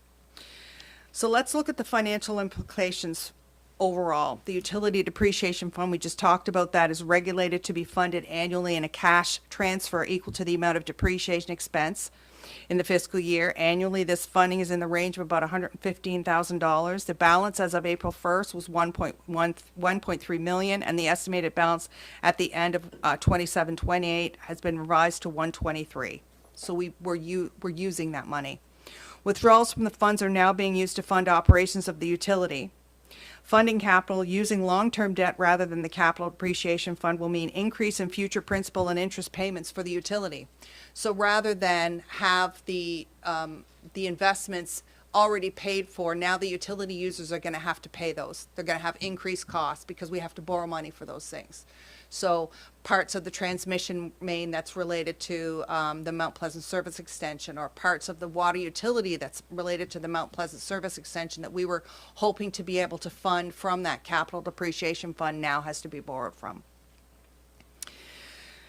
The draft capital investment plan presented to council in December funded the Roy Turner to Mersey section of the Mount Pleasant Service Extension from the depreciation fund. This is now funded by long-term debt, so that's $600,000, principal payment of $60,000 per year in interest, dependent on the rate over the term of the loan.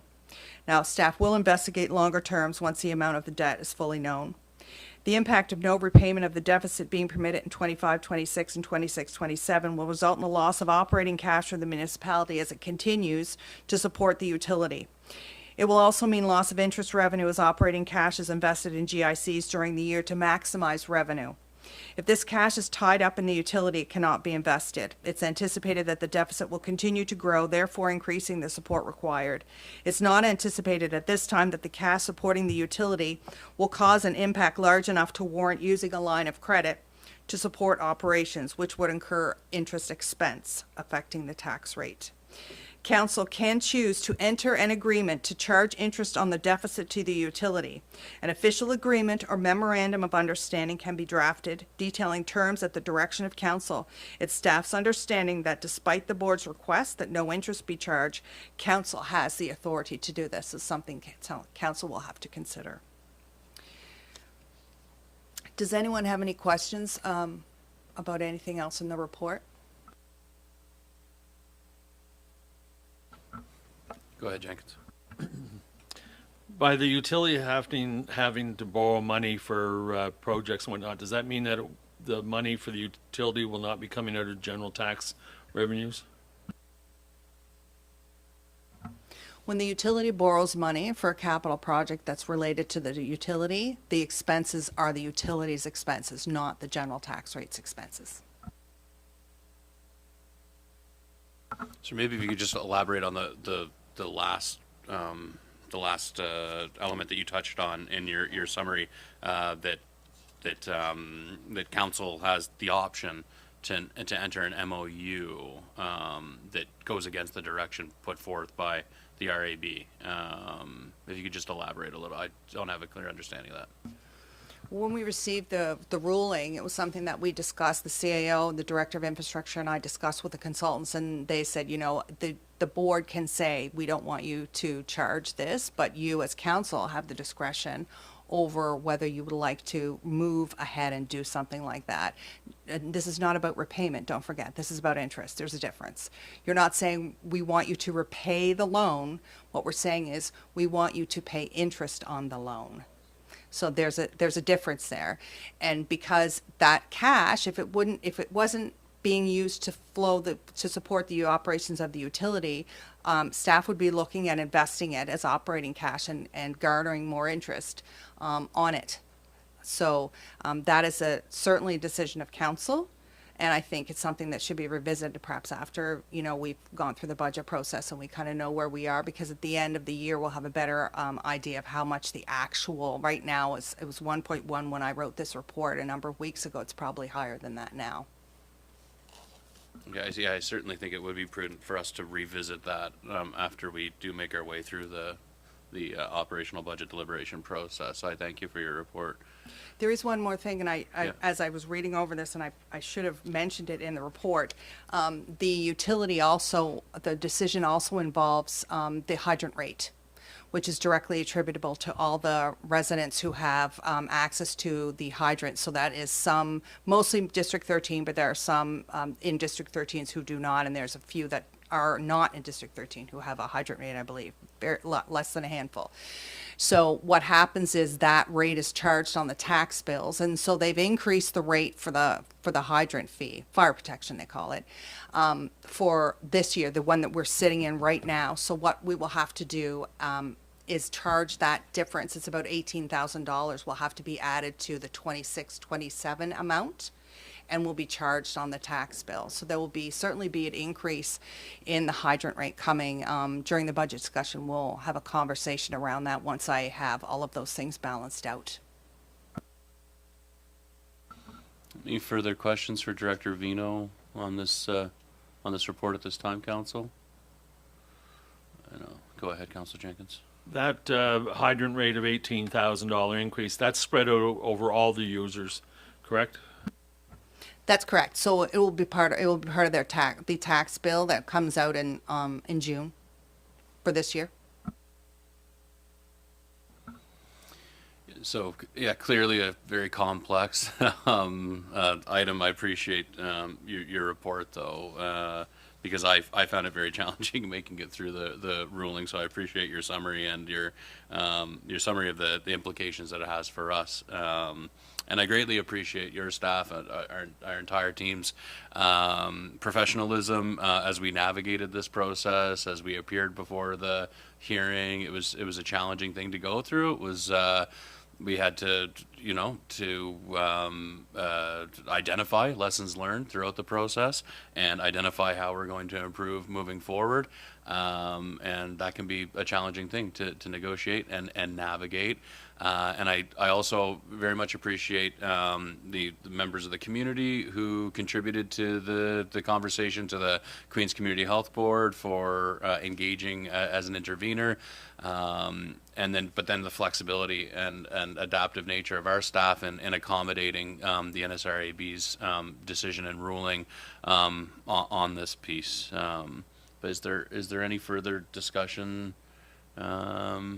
before we receive the report for information, Council, at this time? Go ahead. Okay, so it's yeah, if you would, thanks.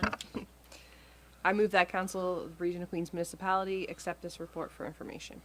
Is there a second to the motion? Seconded by Councillor Jenkins. Any further debate or discussion? The last thing I'll say is just directly to our water utility customers is that we understand how challenging affordability is for households, and I'm proud this council's movement to protect the most vulnerable and folks who can least afford this. So we are standing up a program for a rebate program that you'll be able to take advantage of if you're eligible for the low income household tax rebate. And we're just going to continue to make the next wise decision around the appropriate and effective long-term sustainable management so that we can continue to provide water to all of our water utility customers 365 days a year that's high quality and that we don't get ourselves in the same pickle in the future. So that's our commitment to the water utility customers, and again, thanks to all those who've been involved in this process, because it has been a complex and challenging thing to navigate, and so I greatly appreciate everybody's work on this file. Thanks, Joanne. So you're up again. So I like how we're clustering the directors here. Oh, yes. Oh, we do need a vote, don't we? Thank you, Deputy Mayor. Is all those in favor of the motion? That's carried. Thanks, Deputy Mayor. So 7.4 is the RFP for our insurance and risk management services. Director Vino, you want to provide an overview of that business item, please? So historically, we have gone out to RFP, well, since I've been here, every 4 years for the value of our insurance and risk management service, and we did the same this year. We had 2 proposals that were submitted. Both of them were reviewed. They were extensive. They were reviewed by the Audit and Internal Control Committee at length. There was a discussion at length at the committee, and the committee came up with a recommendation that you see in this report. Would you like me to read over the background, or I can do that if you wish? The highlights are there was a huge difference in price between the incumbent and the other proposal. We didn't identify significant differences in coverage. There were some differences in deductible, but not to the extent that we would think that the price would change. The one thing that will be a standout for us as staff is that the blanket provider typically has been Northbridge for us with Aon, and Aon's proposal now used Aviva, which is a different partner. So Aon is a broker. So what they do is, and this is normal in practice, when you have insurance coverage over large either company or organization, they kind of farm it out. So you have little insurance companies. One will pick up Lloyd's will pick up the liability, Northbridge will pick up, the errors and emissions. Intact will bid on the other sections. So what brokers do is they go out just like a mortgage broker, except they don't go for all banks, but they get your best bid from all the companies to get the best overall value. So what we've done is we've changed the biggest insuring partner to Aviva with the Aon group. So if council accepts the recommendation, that will be the biggest change. And it did bring some rate reductions for us. So we're very happy with that. Are there any questions that council might want to ask me about the coverage? Any questions, council? No? Councilor Jenkins, I'm not sure if you want to speak to it as the chair of the Audit and Internal Controls Committee. I think during the review with the Audit and Internal Controls Committee, we went in depth in it, and it was amazing the difference between the two providers. It was a actual shocking amount. As well, I think the change for the fire departments and their replacement values for their vehicles was a major change. And I'm glad to see that. With the Audit Internal Control Committee, we did have 100% unanimous decision to go with the recommended company. Thank you. Mayor Christian, if I might, I just want to draw the council's attention to, especially new council, this recommendation is to include the fact that if there should be an accident with the fire trucks, you reminded me there, the previous carrier that we had back in 2020, the deductible was $5,000. And at the time, council agreed to pay the difference between the 5 and the 25. So going forward, staff would recommend that council continue to do that. It was unfortunate that we had 2 accidents within 20 minutes of each other, of course, but that's not hopefully going to happen again, or not for a very long time, I hope. So the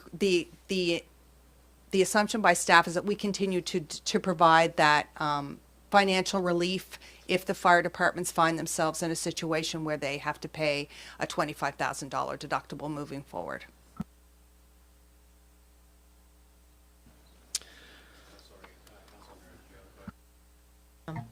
How do they determine how much the deductible will be?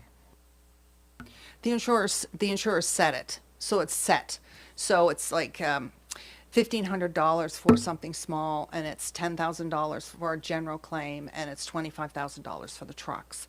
And so we have done a little bit of work on the replacement value of the fire trucks. That is true, as Councillor Jenkins said, and the commitment is to replace the truck, which is great, but there's only one place that fixes fire trucks, we've learned in the last year, in Atlantic Canada. And so if you're an insurance company and you have an accident with your truck, the insurance company is going to look at how much is it going to cost me to replace that truck, which is going to be significant. Oh, even if I can replace it, I can repair it. If it takes a year, I can repair it.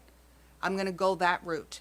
So Greenfield was in a situation where they didn't have their truck. They were hopefully going to get it back, the second one, in the next couple of weeks. So that will give them their 2 trucks back. But once council has made a decision on that, that's something that I'll be revisiting with our broker, our new broker, or our old broker, whichever you decide, regarding rental coverage if that happens. Because the idea, a truck would have to literally be ripped in 3-4 pieces, and they can't glue it back together safely for them to actually replace the truck, because replacement trucks are so expensive.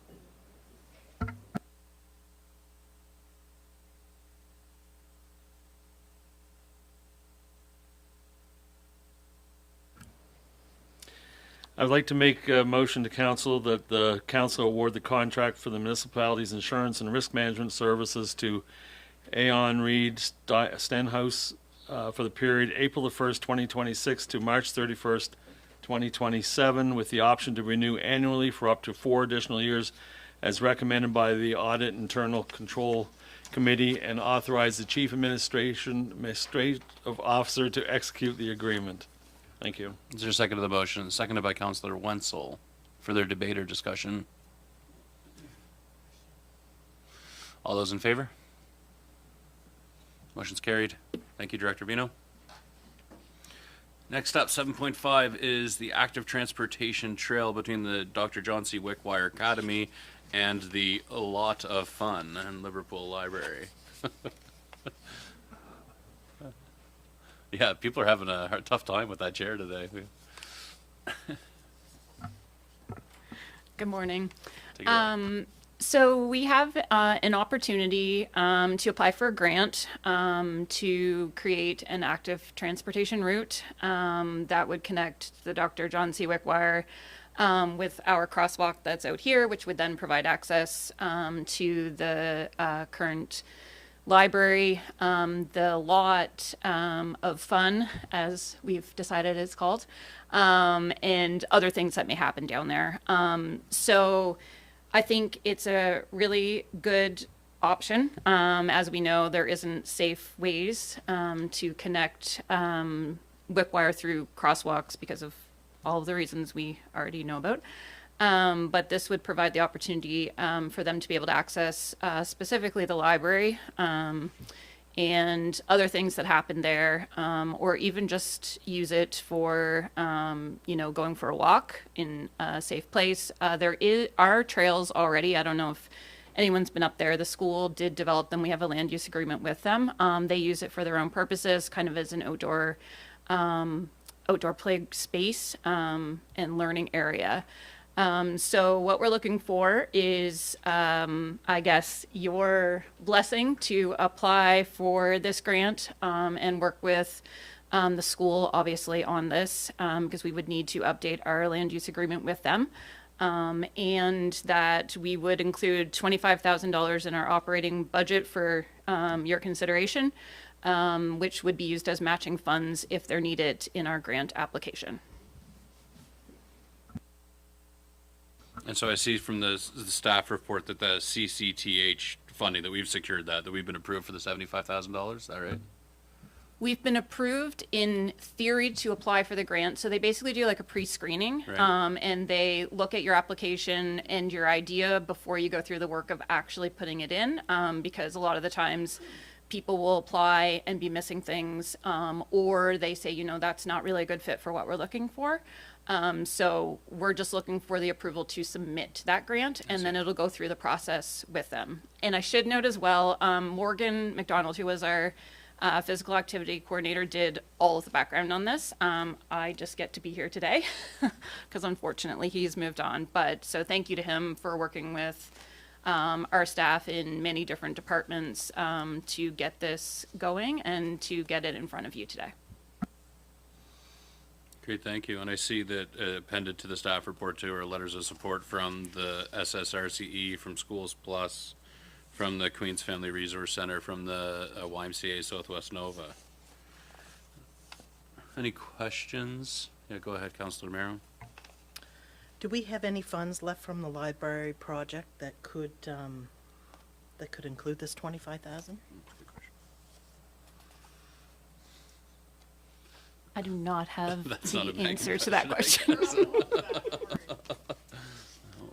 comes Director Vino.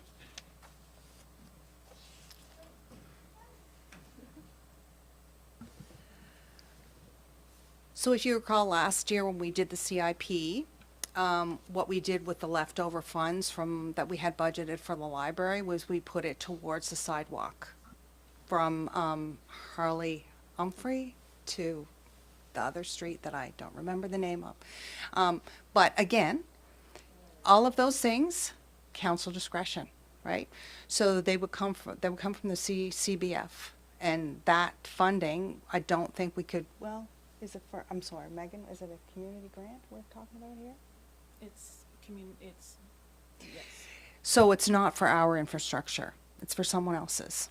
So we should probably discuss it during the budget, grants to organizations, and talk about what funding we could use for that. But the CCBF is for our infrastructure, not for other community infrastructures. So the library money was from the CCBF. Used to be gas tax, now Canada Community Buildings Fund. Does that answer the questions? But it would be our infrastructure, because that's our land, right? That's municipally owned land coming through there, so that path would be on municipally owned land, right? It would, and we would have to do a new land use agreement with the school, obviously, because Right. they use parts of it as well for their trails that they currently have in place. So those are things that we do need to work through. Yeah. Okay, so but the motion today is about, yeah, so, yeah, that's right. Okay. Any further questions, Council? Go ahead, Councillor Jenkins. So who is building this, if this is approved, who is building this trail? To be determined.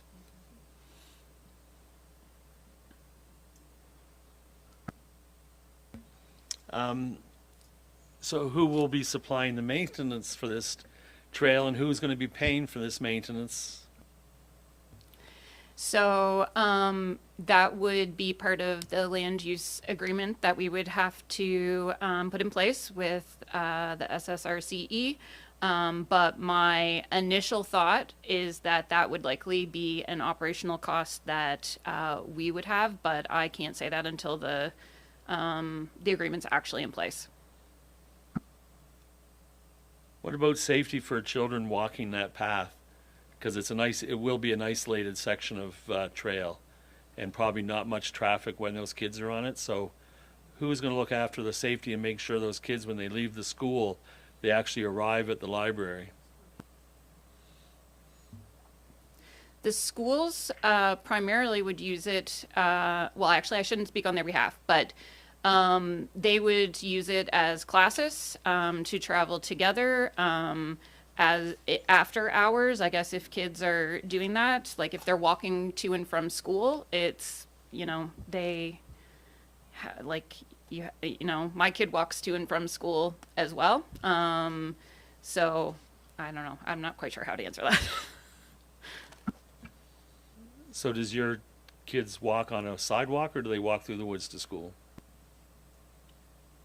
Part of both. Yeah, go ahead. As a parent of a child at the Wickwire, if there are any, if my daughter was planning, her class was planning an outing to leave the Wickwire to go to the library, whether it would be through that newly created trail, if that becomes reality, or they were to walk down Old Port Mattoon Road, I have to sign a permission form that grants access for her to leave the school. The teachers that she would be with are responsible for her and the other classmates at that time. So I don't believe that that would be an issue that we would need to worry about. I think it would be fair to say that because it's on our land, we would be responsible for the maintenance of it. So, if there was a big stump or something that became an issue on the trail, we would address that. We wouldn't leave a known safety issue or something like that. But I think it would be just like, we look at like Pine Grove and other things that we have, infrastructure that we have. For me, I was very pleased to see this come forward. It would be a very small contribution in my mind for us to ensure a really large population of students have a safe place to go to an outing, because right now when they leave, they do go down Old Port Mattoon Road, and we all know that's not ideal. Without the sidewalks that are there, the road is narrow, it's busy.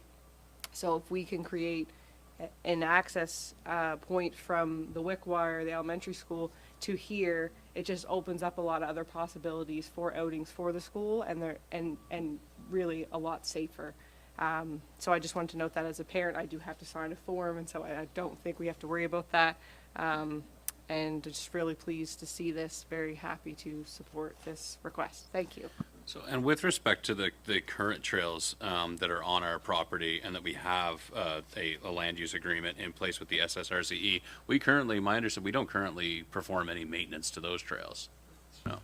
That's part of the current agreement, that they maintain the use of those trails. Mm-hmm. Yep. Right. Okay. And so those details in terms of what that actual future state agreement could look like is to be determined. Okay. Go ahead. So any future agreement would come to council before it's approved or before it's signed? Yes, it would. Anything further? Go ahead, Councillor Fancy. It's good to see this coming to fruition because it's been asked for a lot of years. Because it's always been the safety factor of going down the main road. So anything you can be able to do to be able to make it safer is a good thing. The other things of which we're talking about here, like years ago that I went up around that little trail that they had up at the Wickwire, and it's not really the greatest of trails, so I don't know how ours will work with theirs and how good ours will be. And also, too, I think thinking of this time of year with snow removal, ice, and everything else, how it's going to be maintained, because it's going to be a gravel trail. So it's just concerns to go along with it. But Thank you, Councillor Fancy. Go ahead, Councillor Wenzel. Just echo a little bit of what Deputy Mayor had said as a grandpa to a student in that school. I really have concerns with Old Port Mattoon Road too. And so this I think does alleviate some of that. I'm glad to see it here, but I've got a question because there's options, but it's a trail, so I consider the options basically the same as the trail is concerned. The other part of the options are funding and whatnot. But when I look at the map, option A and option B are two separate paths. Is that right? Am I right in that assumption that if we go with one option, we have a different path?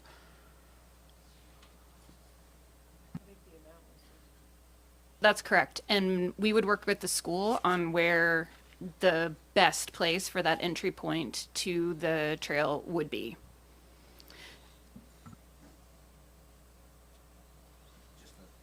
Just a little bit of a safety concern I think I would have would be around where your option B is, because I think that's where the buses park, or am I off a little bit there?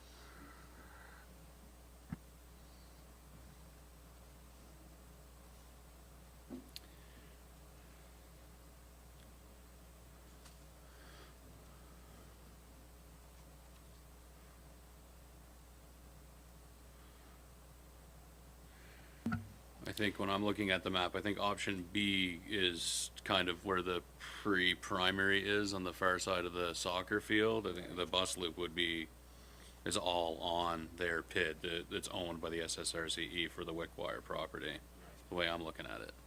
Correct. So it's like the edge of the field almost. Yeah. For both options.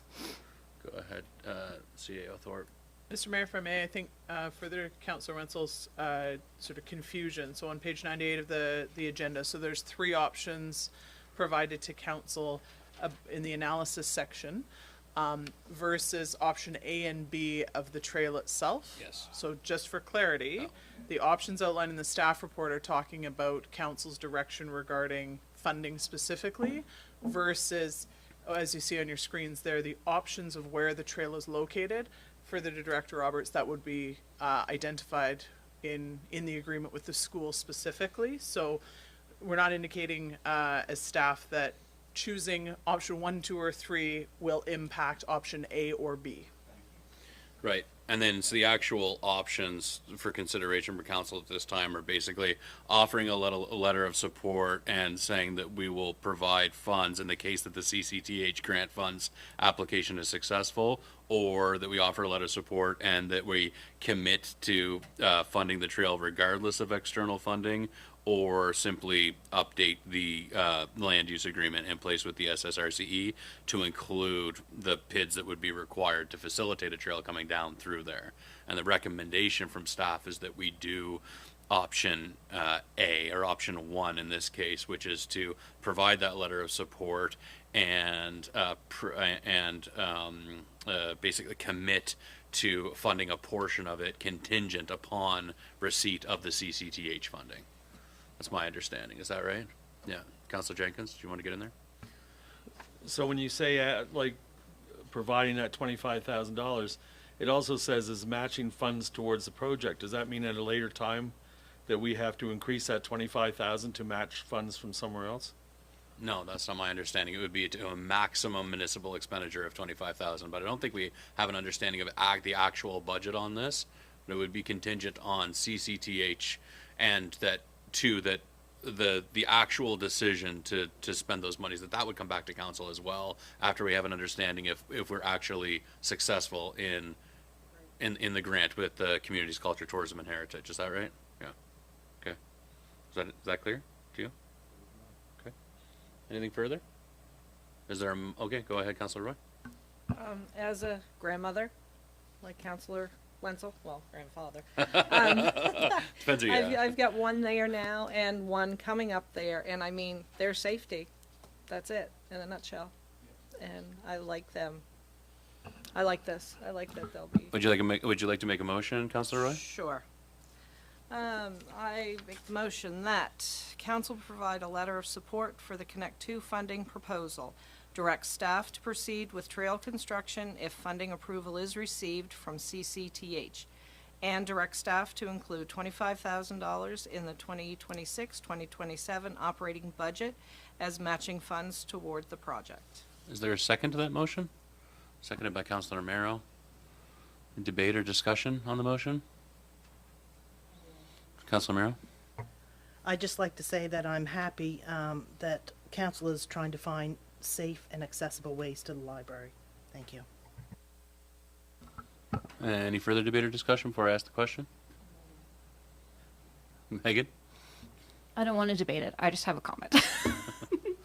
I think, like, I hear your concerns on safety and kids using the trail. I think there's a lot of really interesting and good initiatives out there. There's things called walking school buses, where people get screened by the schools, they meet in a place, they walk together to the school, the adults in charge of making sure the kids get delivered safely, and, you know, that provides that safe option.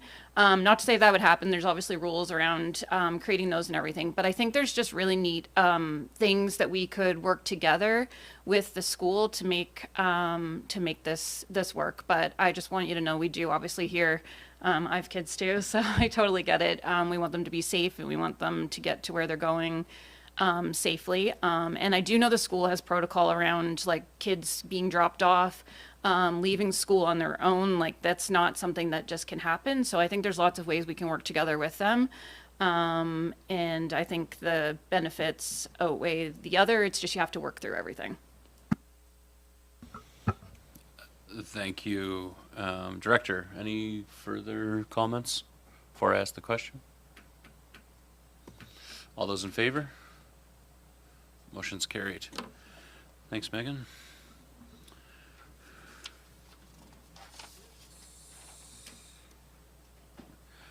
Okay, 7.6 is Municipal Services Building HVAC study. So the Municipal Services Building, or is known to some as the Liverpool Fire Hall. Take it away, Director Grant.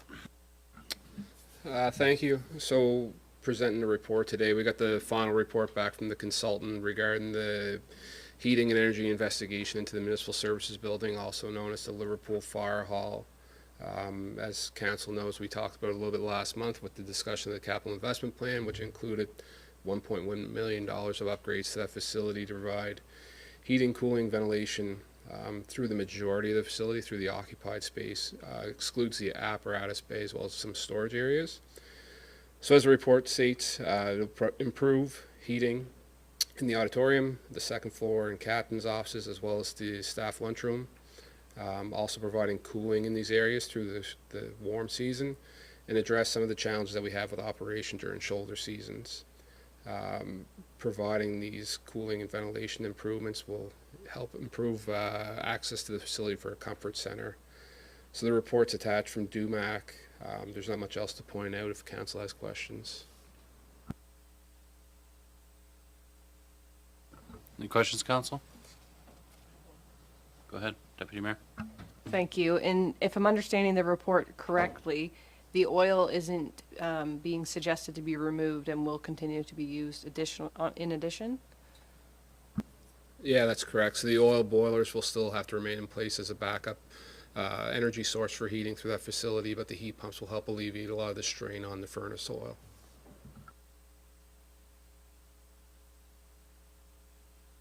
And so this doesn't have any budgetary impacts in terms of the 1.1 million that was included in the CIP? There's no additional consideration at this time that we haven't spoke about through the CIP discussion. Further questions? Go ahead, Councillor Jenkins. So has anybody actually quoted on this project, or it's just opinions of probable cost? Right now, this is just the opinion of probable cost following the investigation. So with that investigation is a thorough Class D estimate, as you're suggesting. Next step will be to take this here information and go to design, and then from there tender it out. But all indications suggest that we're inside that $1.1 million budget at this time. So if it exceeds the 1.1 million, it has to come back to council, and if it is too much, we could cancel this? That is correct. There would still be costs at that time for the design work to date, but the construction and all that could be aborted at that time with no additional costs. So in commissioning this study that DUMAC completed, does that mitigate design fees, the fact that we have a better scope and understanding of the solution that we'd be interested in implementing within the building, or? I don't know that it mitigates, but it gives us better information to understand where we're heading as far as the design goes. So by presenting options as they have and accepting their recommendation, it certainly puts us right foot in front of the left as we go forward with design work. Any further questions for Director Grant on the report? Go ahead, Councillor Jenkins. So the reduction in oil costs, is it going to be 100% and then only used in an emergency, or is it a combination of both items being used at the same time to maintain the heat? One of the challenges, I guess, that we need to wrap our minds around when we add cooling, when we add ventilation, we're also increasing energy costs. So while we might save some on our oil bill, we'll also improve comfort in 3 other seasons of the year, as well as the quality of air in the facility all year round. So there won't necessarily be like a payback period where you'll realize enough savings to pay for the system. There will be continued operating costs, which probably won't change. Does that make sense? Sure it does. You'd make a good politician.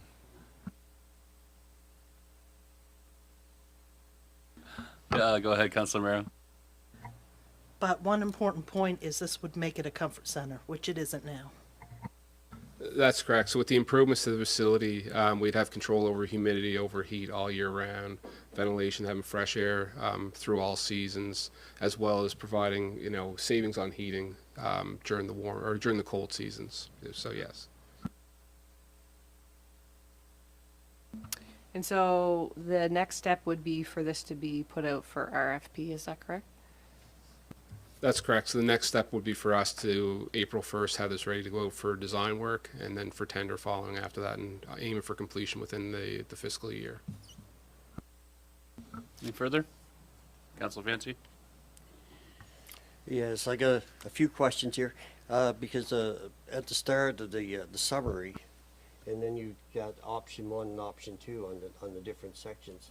So we're looking at whether we're going to go with option 1 or option 2. Along with that, as a decision, because I see there when you go further in, it says option 1 and then option 2, how you could be able to do these things. In the DUMAC report.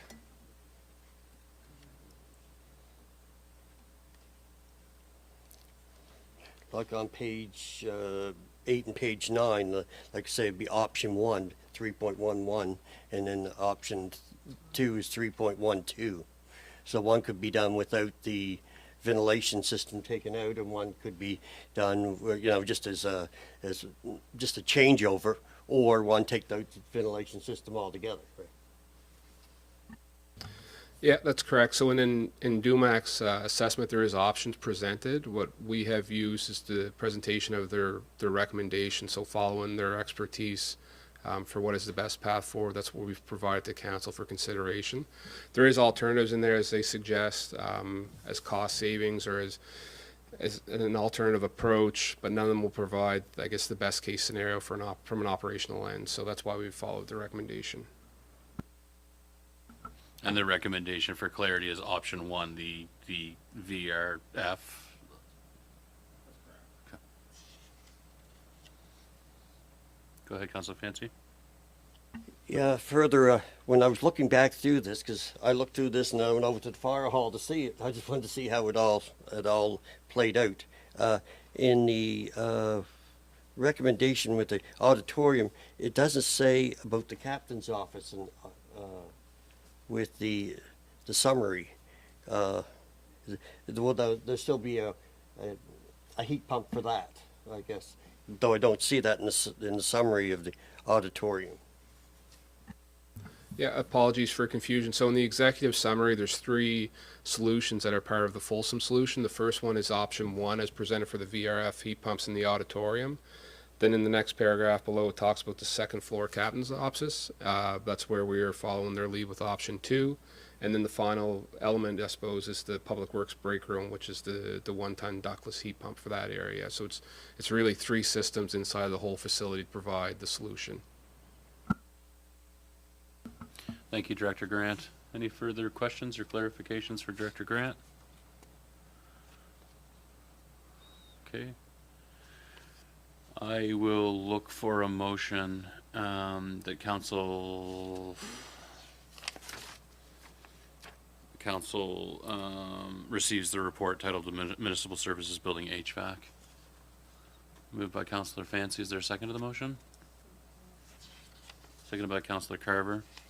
Any further debate or discussion on the motion before I ask the question? All those in favor? Motion's carried.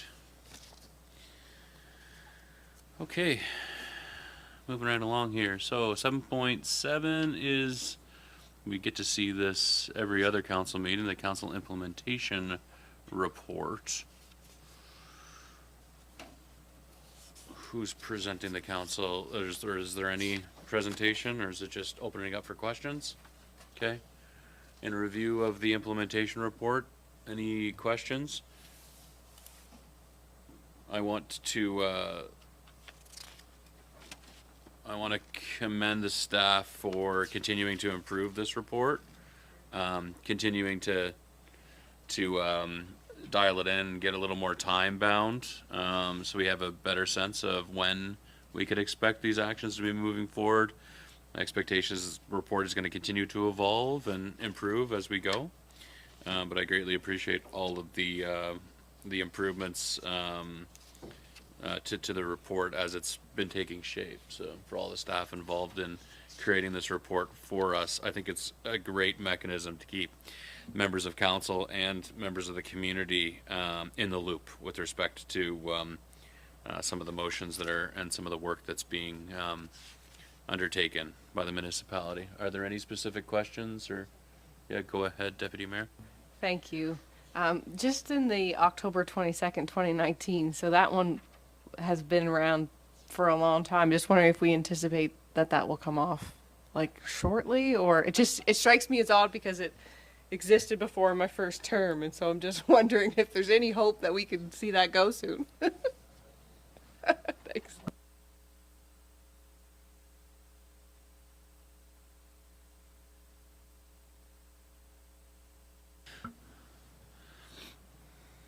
Yes, it was moved by Councillor Muse. So I believe Councillor Fancy was the only member of council at that time for the motion. Anything further on the implementation report? No, I'll look for a motion that council receive the report, council implementation report for information. Moved by the Deputy Mayor. Is there a second to the motion? Councillor Roy? Any further discussion? Questions called. All those in favor? Carried.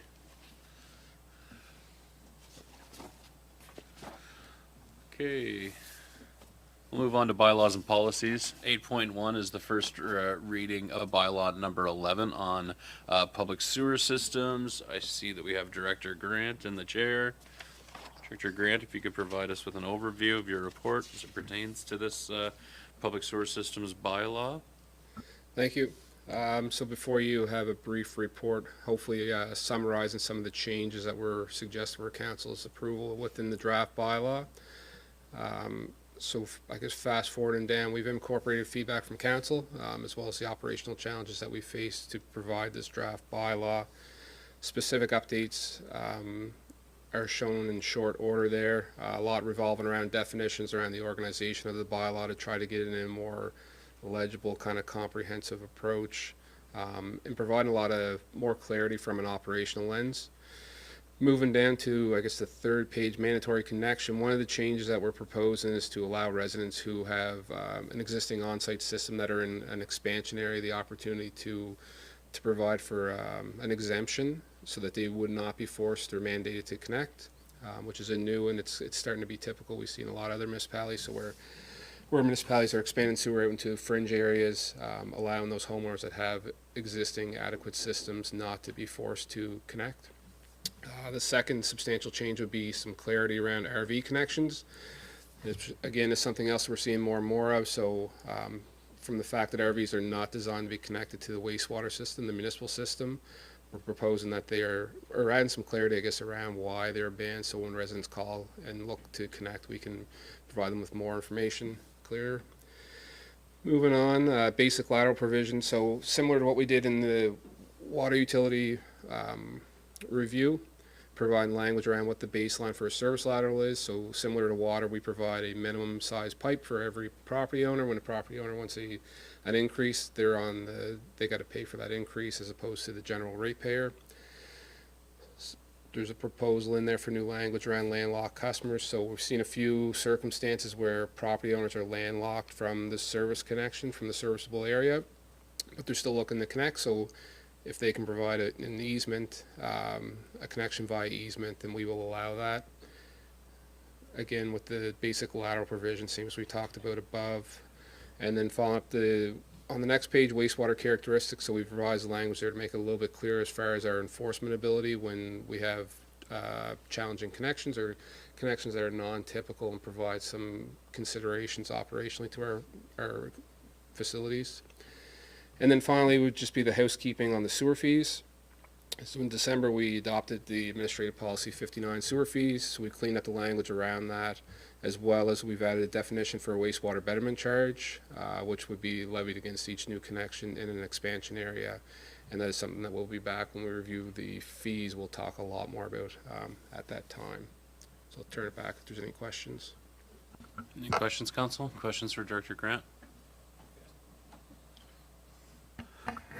Thank you for the report. I'm wondering if there has been any consideration to the remainder of properties that are dumping directly into the Mersey River and getting them on the sewer system. Was there any consideration of that in your report? Compliance of connection would not be a consideration of the bylaw. So if a home lives inside the serviceable area, then we have the administrative ability to force them to connect. But if they're outside of a serviceable area, then it's a matter of the provincial government and Nova Scotia Environment Climate Change, not the municipality.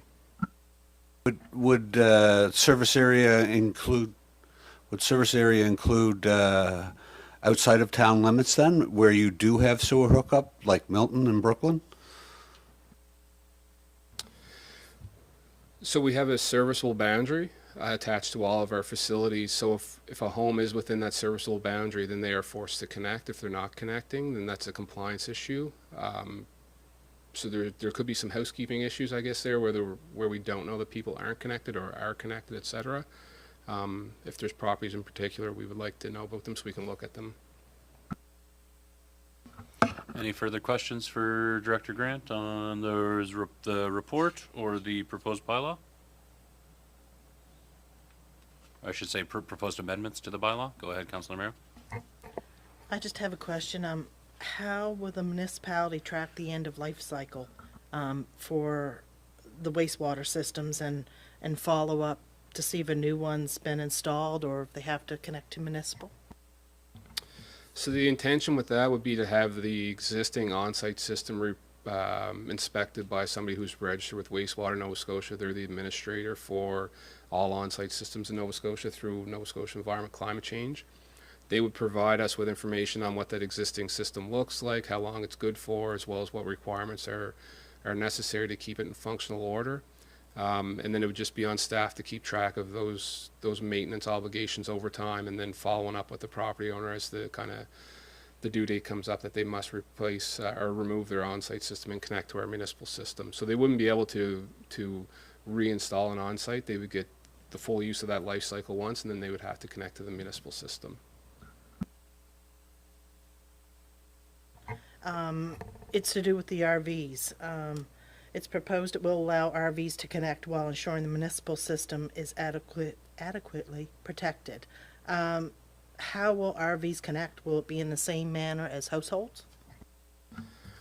Yeah, that's right. So typical construction of an RV has several separate tanks on the underside of them that allow gray water to be separated from black water, which creates more concentrated wastewater on one side and less concentrated essentially on the other. Under provincial legislation, gray water like your dishwater or your toothbrush water can be dumped right on the ground, doesn't have to be collected. So if we allow them to connect as they stand right now, there'd be a lot of waste streams which aren't regulated and aren't required to be connected to a municipal system. By requiring them to remove all of these temporary or the kind of portable arrangements that RVs are known for, then we would be able to ensure that they're connecting properly, that all waste streams are being collected, and that there's no, environmental stewardship being lapsed.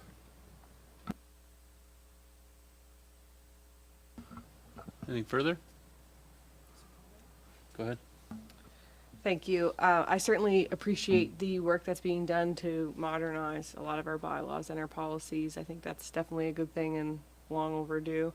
I also appreciate that residents aren't forced to join the sewer system, for example. I had not realized until recently that when that project went through Sandy Cove, that the residents there were forced to. So I think that that's a step in the right direction to allow for that to be an option if they have an adequate system, especially when we look at expansions. So I'm happy with the report here and what's provided, and willing to make that motion, which, just give me 1 second. I move that bylaw number 11, public sewer systems, be now introduced and read at a first time. Thank you. Is there a second to the motion? Seconded by Councillor Wenzel. Further debate or discussion on the motion for the first reading of the bylaw?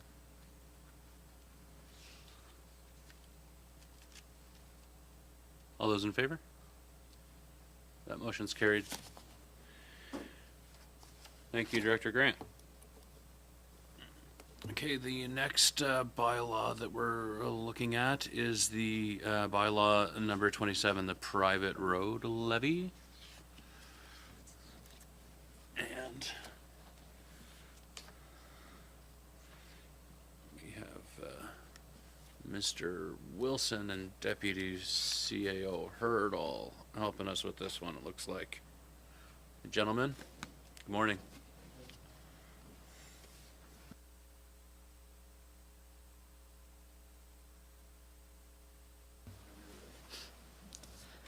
Morning, Mayor and Council. Today I'm here to present proposed bylaw 27 respecting private road maintenance charges and to introduce it. Before we dive into the meat and potatoes of the bylaw, I want to briefly recap how we got to where we are today.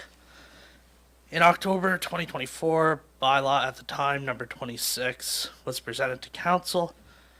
However, at that time did not go to second reading, as a new council was sworn in later that month.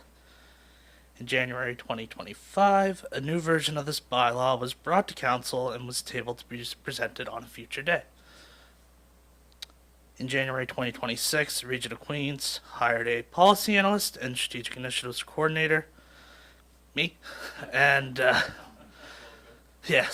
was tasked with bringing this back to Council with improvements. Part of that policy process is conducting jurisdictional scan. During the jurisdictional scan, it was discovered that the version previously presented to Council did not align with best practices as identified by neighboring jurisdictions and municipalities across the province. Primarily, this relates to the use of the information sheet as well as the fees associated with the current bylaw, or previous bylaw, sorry. While conducting the scan, I looked at the Municipality of Cumberland County, the District of Shelburne, Municipality District of Lunenburg, and the District of Chester. One of the things I noted is the application fee that was previously presented to council was $2,500. Some municipalities do not have an application fee. Some are more in that $300 range. In further conversations, it was brought to my attention that the wish is to not have the applications approved by council, but rather by the CAO. It was brought to my attention that lot owners associations felt that 5% was too significant of a fee. Other jurisdictions do use 5%, however, recognizing Queens County has a uniqueness of a lot of larger lot owner associations, this was reducted to 2.5% admin fee. So that admin fee is on the total budget they propose. So if they proposed $100,000, we would charge a 2.5 hold back on that for our administration costs. And the reasoning we lowered this is to ensure that this is a cost-neutral program for the municipality. We don't want to be this viewed as a money maker or a money loser. So 2.5% at the time. This is something that council will likely have to readdress going further, because we don't know what we don't know. We don't know how many applicants we're going to have. We don't know the size of the applicants at this time. As currently written, this bylaw will allow the municipality to enter into agreements with lot owner associations and small community applicants to collect road levies on their behalf and redistribute the funds to the association while withholding that 2.5% administrative fee to ensure that the process is cost neutral. There are a number of things council may want to consider while weighing the options as presented in the staff report. During the engagement sessions, none of the questions included in the survey mentioned the possibility of tax sale due to unpaid road levies. Should this bylaw be passed, these road levies will have the same weight as a property tax or lien, and failure to pay may result in tax sale on properties. Currently, associations cannot force somebody to pay the road fees, hence why this bylaw is being brought forward. Low-income residents, many of the regions that have expressed interest in this have residents with vastly different financial standings. While the property tax system is designed to make property taxes fair based off their assessment value, this bylaw requires a flat rate charge methodology and puts the onus on the association to define their rates. While the provision is in place that the association must include one low income rate in their 4 allotted rates as outlined in the bylaw, because the association is responsible for submitting rates and the corresponding information for lot owners, those who wish to self-identify would have to do so to the association. This could lead to some choosing not to identify, as the social stigma around that, going to your neighbors and saying, hey, I can't afford to pay this. That could cause issues on that side. The bylaw does not specifically outline what the charge methodology is. However, if we look at the Greater Meleaga Lot Owners Association, they currently charge a developed and an undeveloped rate to their membership. Lost my page. Should council wish to proceed with how the bylaw is currently written, it is important to note that once in effect, the decision making for entering or not entering an agreement is directly with the CAO or their designate. This does not match the jurisdictional scan. Other municipal units bring it forward to council for approval. With the changes on the approval process compared to other municipal units, staff felt it necessary to increase the threshold in the previously presented bylaw from 50% to 67%, or 2/3. As these agreements will not be approved by council, staff felt that the support threshold should be higher. Though all the responsibility for budgeting, the procurement, the fee setting, and the overall garnering of community support is on the association, And at the end of the day, if a association member's fees are not paid, it will not be the association that will be putting the lien on their property. That would be the Region of Queens Municipality. Should council decide to move forward with this bylaw, the timeline for associations to meet the application deadline is increasingly tight and may be difficult for larger associations to take part. By moving this back to Q2 as outlined in the staff report's recommendation, it will give lot owner associations time to engage with their membership as well as staff to engage with lot owner associations. To conclude my remarks, while the staff recommendation is to bring this back to council with more consultation done, as supported with my aforementioned comments, should council decide to proceed forward, staff is prepared to do just that. I look forward to answering any questions council may have at this time. We'll defer to the necessary staff member if needed. Thank you. Thank you. Thank you very much, Mr. Wilson. Well-prepared report. I greatly appreciate your work on this. Questions? Council, questions for Mr. Wilson or for the Deputy CAO? Yeah, go ahead, Councillor Jenkins. First of all, thank you very much for your detailed report. It is appreciated. Do we know what the cost is to date for what the municipality has spent to get to this point?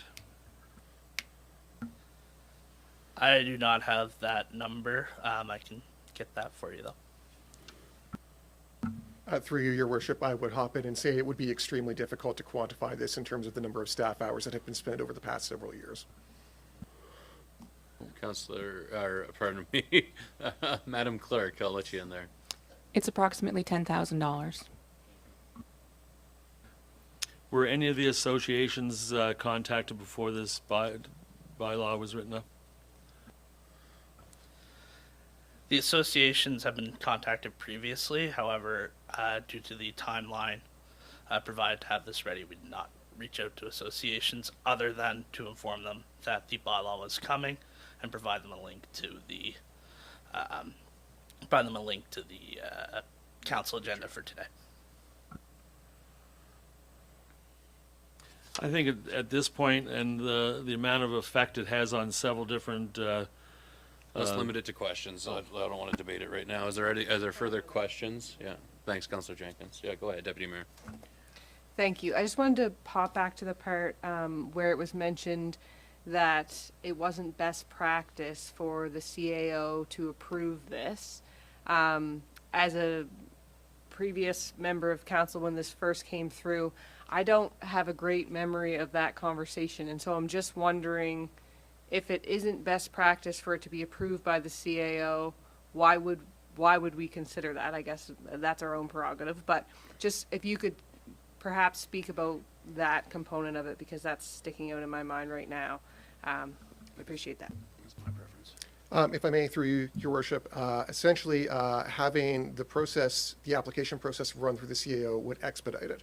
So recognizing that to meet compliance for this upcoming tax year, if it's council's will to proceed with first reading, either today or at a future subsequent meeting, in order to meet those timelines, we would suggest that having the CAO be the adjudicator, if you will, on whether or not an applicant has met the criteria will basically take 2 weeks out of that timeline, because it will mean that we won't have to bring a report and recommendation back to council.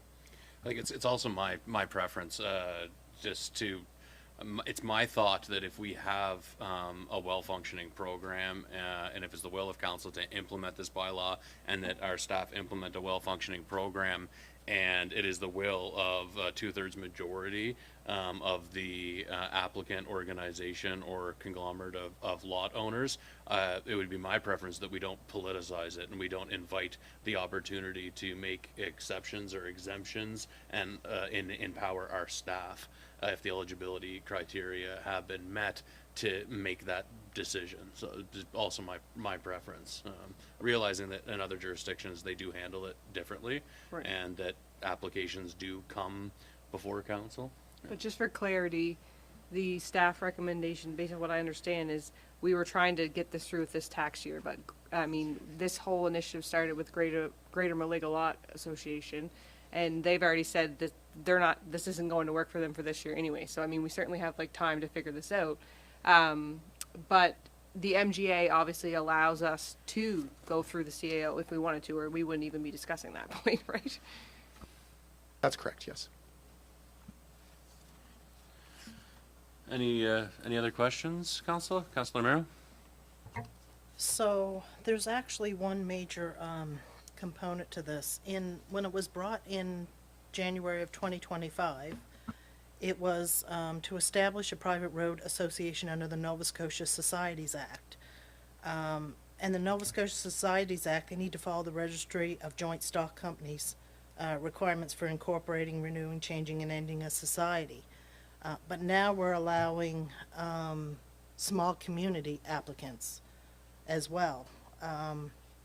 So I'm just wondering, it's opened up a broader scope of roads here. So I'm wondering where the accountability will be to the municipality, because I don't see anything in this report about financial reporting to the municipality. Absolutely. The small community applicants portion was added during the jurisdictional stand. This is something that the District of Lunenburg includes in their bylaw, and the reason behind this is you might have, I think an example might be the best way to look at this. If you look at a road with 6 houses on it, and you have 5 people that are willing to contribute to the road and one that's not, they don't have the 5 be by example, 5 houses, 4 that want to, 5 that don't. You need 5 people in order to be registered under the Societies Act and the Joint Stock, so they don't meet that threshold. So that's the reasoning for the including in that. With that portion, the applicant is a singular person. It's not a group because they're not allowed to be identified as a group. So that singular individual that applies to have their road maintained would be the person that would be responsible for procuring these services. That would be the person responsible for submitting all the information that the Region of Queens needs to approve the application, and that would include the budgeting, the budget that would need to be presented at the time. So to be clear, in that situation, it would be the onus would be upon the initial applicant to function and facilitate all the requirements that would typically fall to a lot owners association if they're formalized as an association. Yeah, that's correct. Okay. Thank you. Okay, Councilor Jenkins. Should the bylaw address what the money can be used for that is going to be collected by the region? And what I mean is, like, if we collected the money for the Greater Malaga Lake and they decide not to use it on roads but spend it on something else, are they allowed to do that? Or is this money that is collected for roads and trails sort of expenses only? Yeah, reference clause N in the interpretation section. This includes associated roads, bridges, culverts, sidewalks, gutters, and retaining walls. That would be. So those are the parameters of permissible fees, the permissible items that the collected fees could be expended upon. Yes, when reviewing previous versions, I know that there were things such as boat ramps and other things that were included under this. However, the feedback done within the engagement sessions done in 2024, there seemed to be less consensus to including those types of things and more focusing solely on roads. Thank you. Further questions, Council? I have a couple just emerging from the hearing. There was some feedback provided with respect to the HST provision. I'm not sure if you can provide any clarity as the way that the bylaw handles HST. Is that in alignment with best practices, or if you could just provide any clarification on that piece, Alex? Yeah, absolutely. The HST portion was something that was flagged by finance early on and then presented to legal at that time. So one of the concerns that was raised is around agency status within the municipality. Any further than that, I'd really probably defer to Patrick or the Director Vino. Yeah, I really don't have a whole lot to add to that, Your Worship. The text as it was drafted has been through our legal counsels. They have reviewed it and ensured that it is compliant with our responsibilities. The other note that I'll say is that there was a question earlier pertaining to the charge of HST on the administration fee, Right. where we are providing a service. That is essentially, we are required, if we were providing any other service to the community, we would be required to charge HST as part of that charge for service. So we're required to add that. Thanks for clarifying that. The other question that emerged was with respect to the timing in which the funds would be released back to the association. Were there any, from your memory, staff, different models or approaches with respect to like phased? Was it always like a one-time release of the funds to the association or to the conglomerate of lot owners, or is there any opportunity for a different approach there? I would have to double check the jurisdictional to answer 100% accurately. However, reviewing other jurisdictions, there doesn't seem to be a significant difference in what we have, but I would need to double check the other bylaws to give you 100% certainty. And if I may, Your Worship, just to add on to that, if we were to look at multiple disbursements over the course of the year, that of course adds an additional burden to our finance team internally. So there's a cost that the municipality would be required to incur because of that. The draft that's been proposed suggests a disbursement in June. We feel, from staff's perspective, that this would allow any lot owner associations or any applicants to get their paperwork in, so that our finance department can process that, and the approval can take place prior to the start of the tax year, and that disbursement can then occur in June, and then it is up to the associations or the applicants to monitor how they spend that money over the course of the year on the improvement projects that they're considering.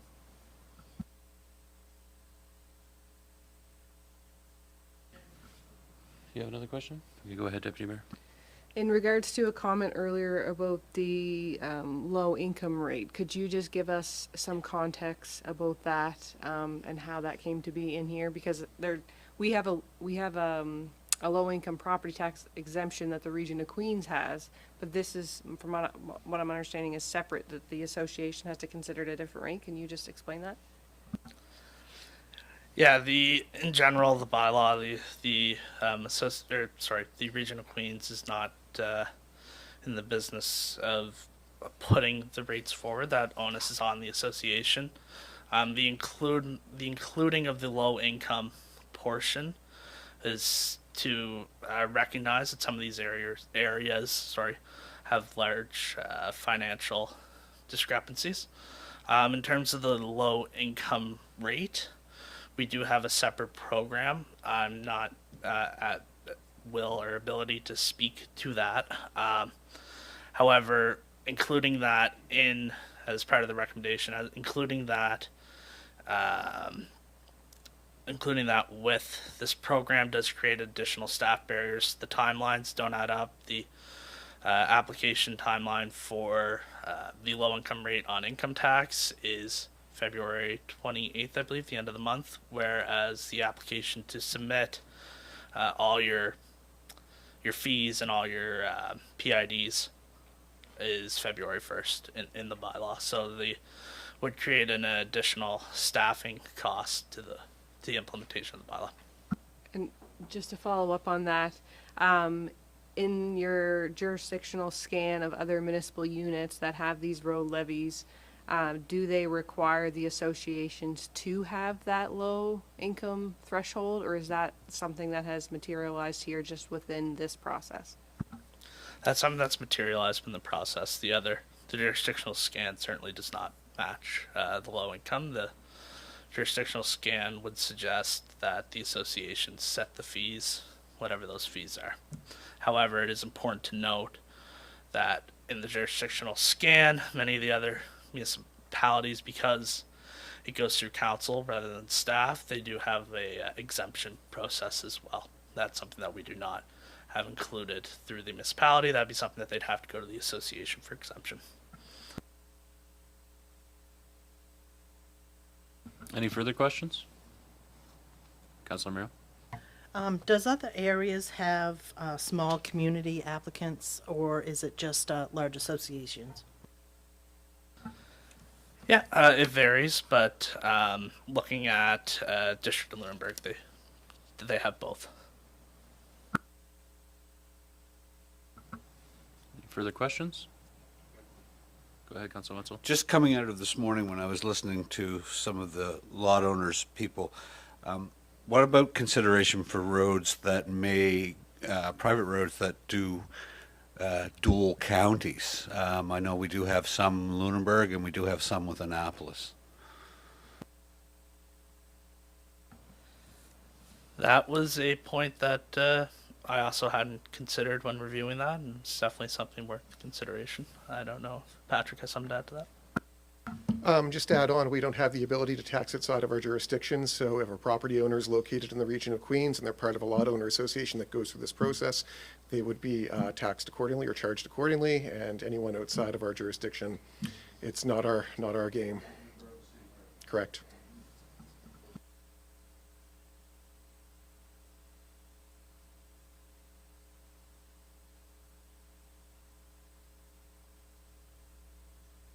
All right, is there, if there's no further questions, and I appreciate very much appreciate staff's work on this at this time, is there a motion? We have, there's various options. The recommended option is to direct staff to carry out further engagements and defer the implementation of this until 27-28, the tax year 27-28. Just to be clear, and as is outlined in option 3, if it is our intention to move forward and have this program implemented for this tax year, we would have to have a second reading of the bylaw by March 10th. And so if there isn't a first reading today, if it's not the will of the council to see through the first reading today, but we do want to move forward, it would require a special meeting of council for the first reading, so as to be able to do the second reading in time for March 10th. So just so there's a common understanding of that. And so we do have the opportunity, we could, if it's the will of council, proceed with the first reading today. We could also schedule a first reading for the proposed bylaw at a special meeting of council that would have to take place on or before February 23rd. Or we could, direct staff to move forward in a different direction here. So I'm not sure if there is a motion at this time that, Deputy Mayor, would you like to make a motion? I would like to move to direct staff to conduct additional research to recommend material changes to the draft bylaw as presented and present a revised version of the draft bylaw at a future regular meeting of council. Is there a second to the motion? Would Okay, you like do you me want to clarify? restate the Yeah. motion? So my intent with putting this motion forward is to ask staff to conduct additional research, because this whole process stemmed from Greater Maliga, and I had thought that the way that this came forward, that Greater Maliga was still hoping for this to be implemented in this year's tax season. The gentleman that spoke this morning said their bills are already out. That's not going to be useful for them this year. So I think after this conversation has evolved here, there's a few different questions, some concerns that came up. At this point, it doesn't make any sense to me for us to say, like, let's proceed with this reading, because I think we're going to make changes anyways. And in my mind, there's a few things. So if it's not best practice for a road owner association to have to implement a low income rate, why are we telling them to do that if we are also in the same breath wanting to be able to encourage our CAO to be able to approve the process instead of council? So there's some conflicting things in my mind that would, I guess, not make me want to move this forward today.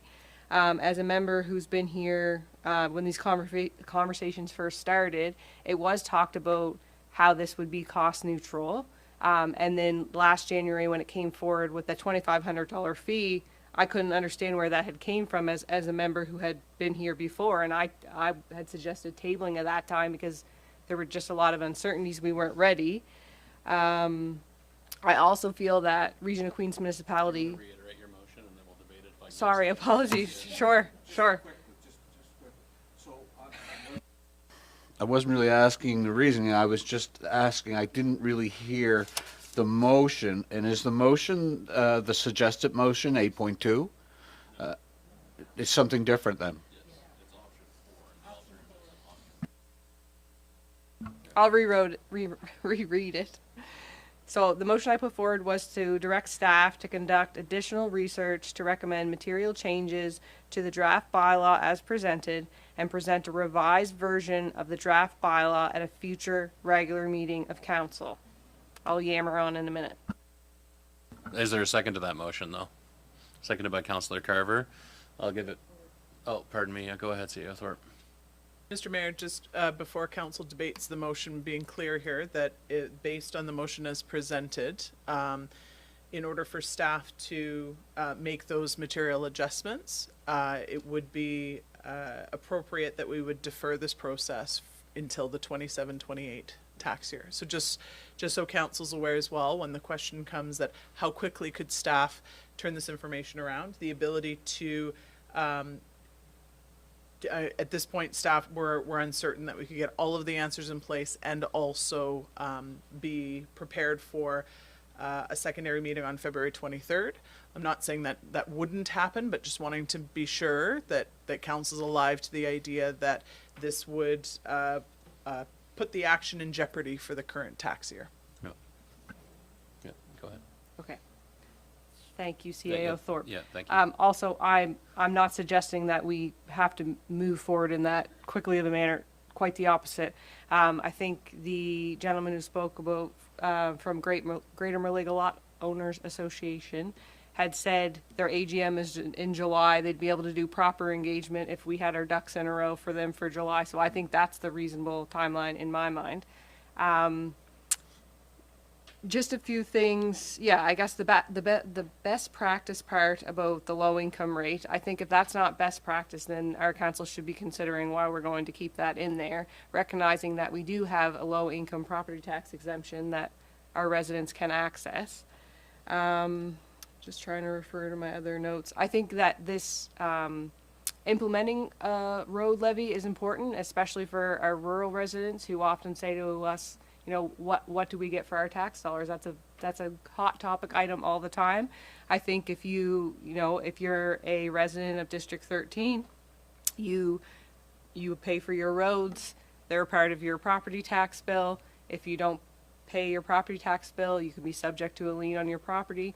I appreciate that there is concern that all of council here, this new council might not have understood that, but as a council member, when we talked about this in the last term, we were well aware that this would be a lien, so we definitely did know that might have got missed in kind of the content, but I think it is an important step to be able to allow our rural areas to be able to maintain their roads and have the means to do that. To me, it's the same thing that we do outside of that.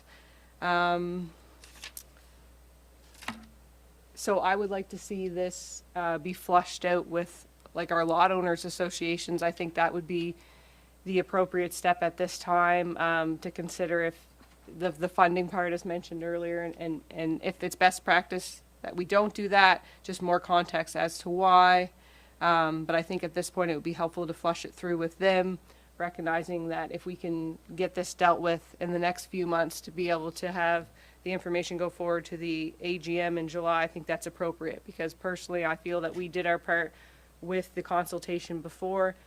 Understanding the lien part, I think you would just be starting over for no reason with that part. I think the 67% that the lot owners have to get from the residents provides them to give that engagement, and it's considered in the process. So I'm comfortable with everything else, and I think I've yammered on long enough. So thanks. Further debate? Go ahead, Councillor Jenkins. Yeah, there's a second. The motion's on the floor. Go ahead, Councillor Jenkins. So at this time, unfortunately, I cannot support the motion on the floor, and the reason being that we've said from day one that we were going to plan and carry out engagement sessions with the law owners associations. The option that's on the floor right now does not include that. So I cannot support that motion. Do you want to get in there, Deputy Mayor?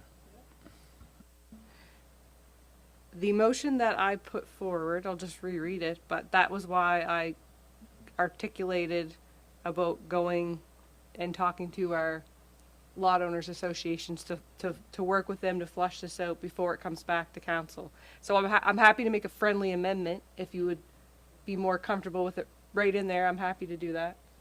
That would be our option that's recommended. But we do need our staff to do a further review to flush out some of this other information that seems to be mixed in there. So what I'm hearing is that Councillor Jenkins wants to ensure that the motion includes engagement sessions with the Lot Owners Association. The Deputy Mayor, who's moved the motion, is happy, I think, to include that direction in directing council to conduct additional research and recommend material changes. That research would include engagement sessions with the Lot Owner Associations. As the seconder of the motion, Councillor Carver, are you okay with that friendly amendment?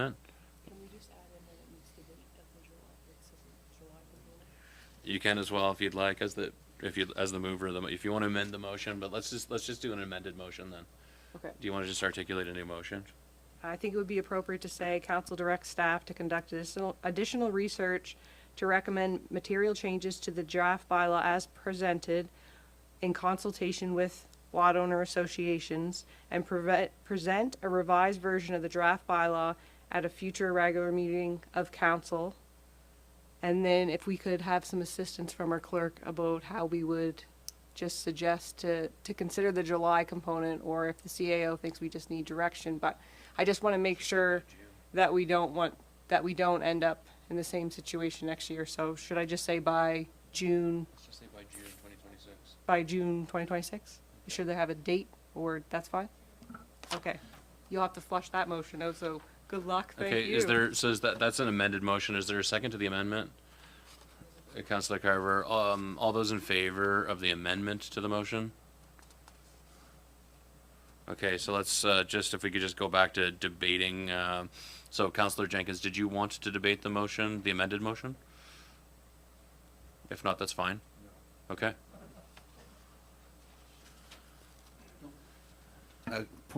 Do we need another amendment also after CAO had told us about the dates, 27, 28 tax year? Do we need another amendment to this motion? I don't believe. I think it's the trajectory that we're talking about would be in alignment with the idea of that this couldn't be implemented or reflected until the next tax year, not the current upcoming tax year. It's my understanding. Go ahead, CEO Thorpe. Yes, so Mr. Mayor, that's correct. So inherently, if staff are tasked by council to do additional research, it inherently is built in that we wouldn't be able to respond to the 26-27 tax year. So I just wanted to ensure that council is aware of that, so we're not in a situation where we're just wanting to provide that clarity that should council pass this motion, it would mean that any implications would be for the 27-28 tax year. Further debate or discussion? Councillor Merrill? I think we still need to include the low income rate. We're talking about small community applicants now, and this is going to be on their property taxes. So I know we have low income property taxes out there, but this road levy is going to be on it as well. So if it's too high and it's not paid, it's still going to affect their taxes, still going to bring their home to a tax sale. So I think we need to include this as well, just to cover the small community applicants. Thank you. Further debate? Further debate or discussion? Is there a member of council who's intending to vote no to the current motion? Would like to debate no? No? I'm going to vote no, just because my preference would be to see that. My understanding is that the elements of the bylaw that need some further consideration are not hugely substantive and don't necessarily require further engagement or consultation with the Lot Owners Association. I think what I'm hearing is it's HST, the timing that the funds are released, if there's a provision for low income, like non-substantive amendments in my mind, and I've heard it's not just the Greater Malaga Lot Owners Association who are looking to this. There are various lot owners associations who are keen to have this included in the tax year. It would be my preference to see this come forward. Like, it would be my preference that we direct staff to do some further work on this and then come forward for the special council meeting in February 23rd for a first reading, and then a second reading in March 10th. But that's my perspective. And then we're never going to get it right off the hop. And there's always opportunities with this program too, as Alex had articulated, or Mr. Wilson had articulated. We don't know exactly what cost neutral looks like. We don't know what the administrative or operational costs of this are going to look like. So it's highly likely that in future years we'll have to adjust around the fringes with respect to the way that we administer this program. So my preference would be to get it in a place that we're comfortable with by February 23rd and have the first reading then and have this ready to go for the tax year. But that's just my preference. Yeah, go ahead. Just in your comments, Mayor Christian, if we could just have clarification from our clerk, based off of the things that we're talking about that we're uncertain of, that need to be flushed out, I had thought that they would be considered substantive. So could we just clarify that? Yes, those would be substantial changes to the bylaw. And just to remind council that when we do make substantial changes, that does mean that we have to send it back through our legal counsel to ensure that it's all correct. And so there is a little bit of a process to it. Yeah, and sorry, I wasn't saying reserve a first reading today and then make non-substantive changes. I was thinking make those changes in advance of the February 23rd meeting. And just for further clarification, is that actually possible? So that's my other question, because they're substantial, so we wouldn't make the first reading today. We do the first reading on February 23rd, but given the concerns that have come up and a few uncertainties from our policy person, I'm just wondering if we could, would we be setting ourselves up to not be able to actually achieve that, I guess is my concern at this point. Yes, so Mr. Mayor, that's what I was indicating, that based on the feedback about the changes that council would like to see fleshed out or reconfirmed, it's staff's concern that ability to hit those deadlines, and also further to the municipal clerk, the ability to work through our legal counsel as well. Thank you. Any further debate or discussion? Go ahead, Councilor Jenkins. I'm just wondering, Mayor Christian, were you not the one that said we were going to have public consultation with these groups? And by doing what you want, we'd take away that public consultation? I think that there's a lot of opportunity for ongoing engagement with the impacted parties if the bylaw as presented in this go around wasn't something that organizations would be comfortable with. They'd have plenty of opportunity to provide the feedback. And I think this program, irrespective of what the bylaw looks like in its first iteration, will have to continue to tweak it, and those tweaks would be performed in consultation with the impacted groups and organizations. And so I think it's really important that we do continue to engage with and consult with the lot owners associations around this file, as well as the gray box collection sites. I'm just one vote. I just think it was disappointing that we didn't have our ducks in a row last tax year, and there are plenty of groups who want to see this go forward this tax year. If it's impractical for us to hit that deadline, that's the reality of the situation we find ourselves in. But that would be my preference. But I'm just one vote here. I'm always going to voice my perspective. Yeah, go ahead. Do you want to get back in there, Jenkins? There's more than one group that has already sent out their bills, so I don't see the support we're going to get for this tax year. I think it would be better to get it right and get everybody involved for the next tax year. Yeah, it's sounding by the debate that's going to be the will of council. Is there further debate or discussion before I ask the question? Go ahead, Councilor. Madam Clerk, do you have the motion?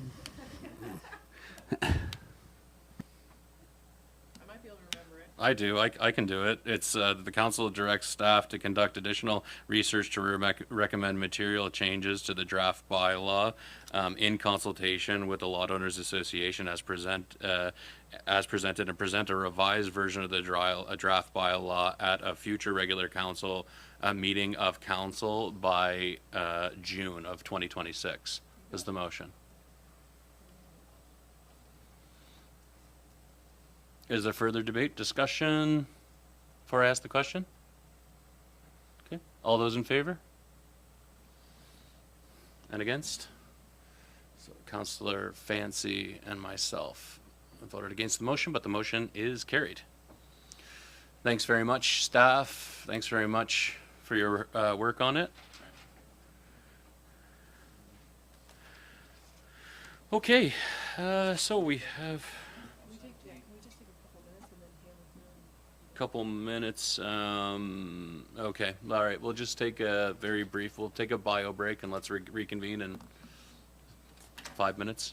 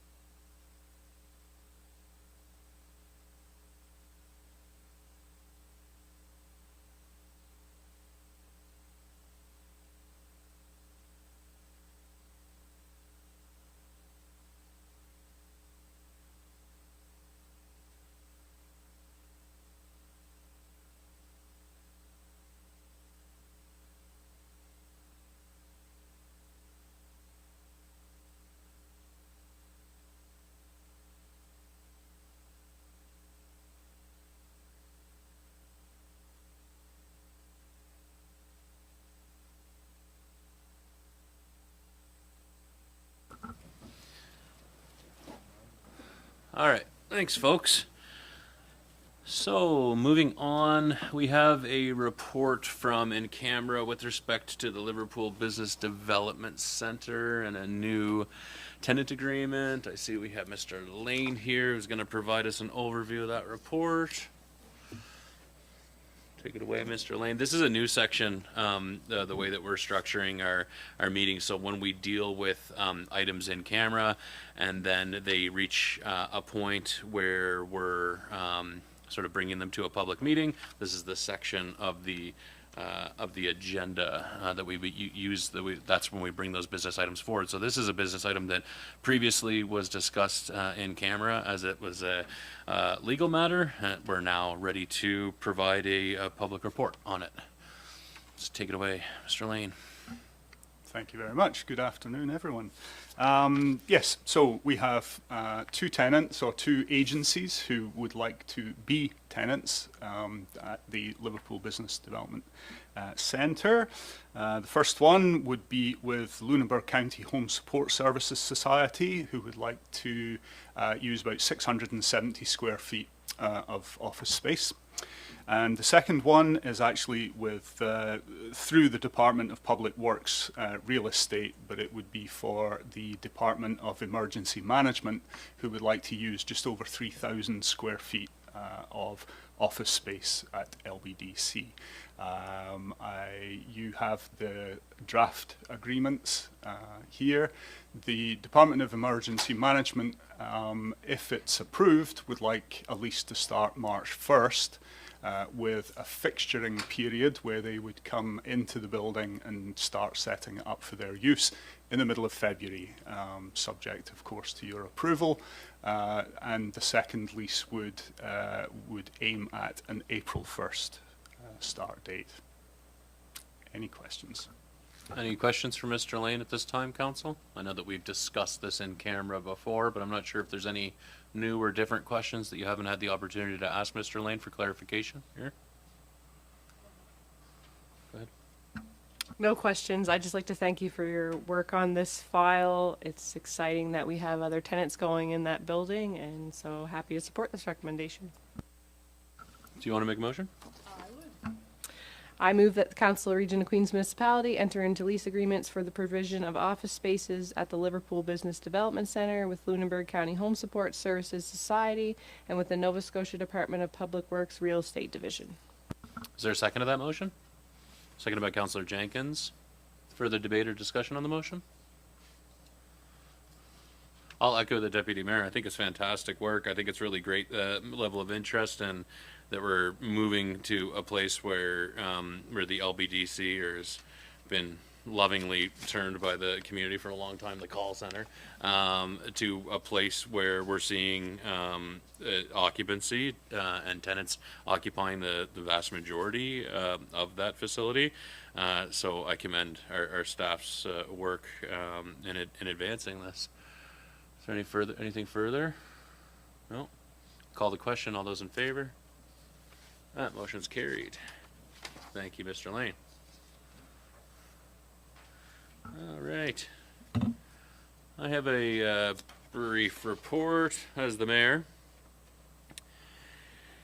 And firstly, with my mayor's report, I just want to take a moment to give remembrance to and honor the life of a dear staff person, a member of the Region of Queens family, Paul Cunningham, who tragically passed away last week.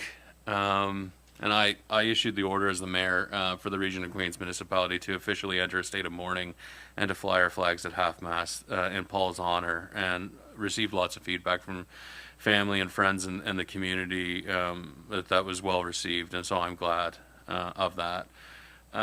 Paul was a really wonderful man, and it was clearly taken from us too soon, and if we could just, you could join me in a moment of silence to remember Paul.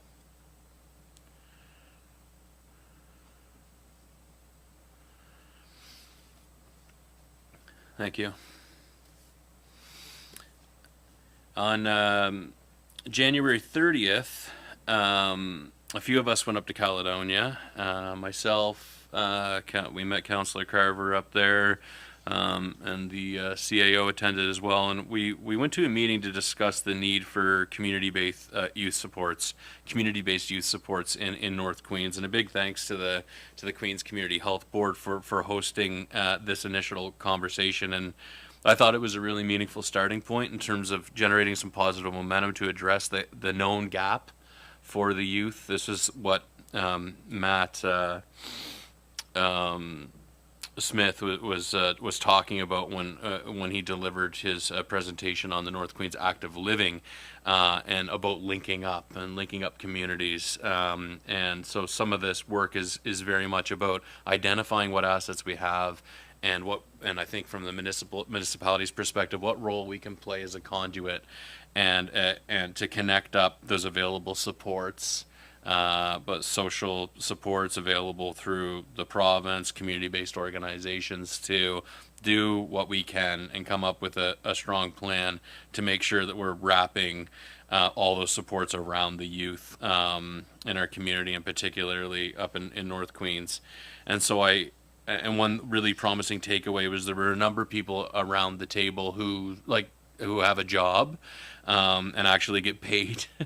And this is related to and connects in with their mandate, because it's incredibly challenging, I think, when it's only volunteer organizations and it's only community volunteers to drive through and drive forward such a complex initiative. And so we identified several people who can actually take on a leadership and be part of the nucleus of the leadership or core leadership of this initiative and drive it forward as part of their work. And I think that is a really critical takeaway that we had from that meeting, is we identified 3 or 4 individuals who can actually advance this as part of their work, their day-to-day work.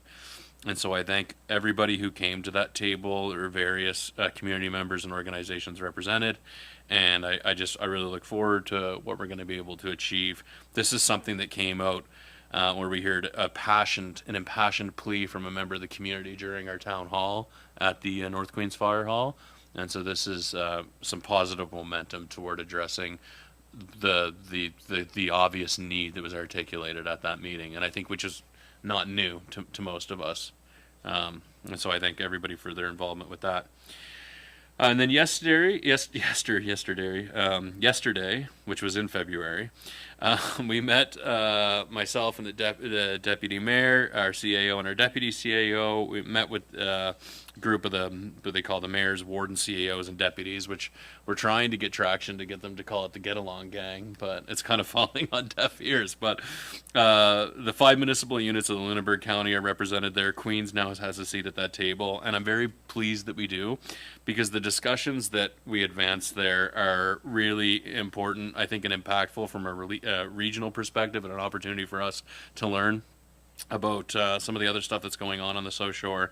And so just reporting back, really the emphasis of the discussion yesterday was around the potential for a regional strategy to addressing housing insecurity issues along the South Shore, transformation of fire services throughout the province, and a presentation from Nova Scotia Power, which mostly pertained to storm response, restoration, rolling brownouts, and effective communication with municipal units when we're navigating those things.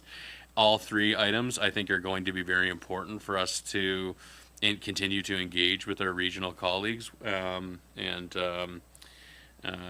so I very much appreciate the fact that we have a seat at that table and continue to advance those conversations.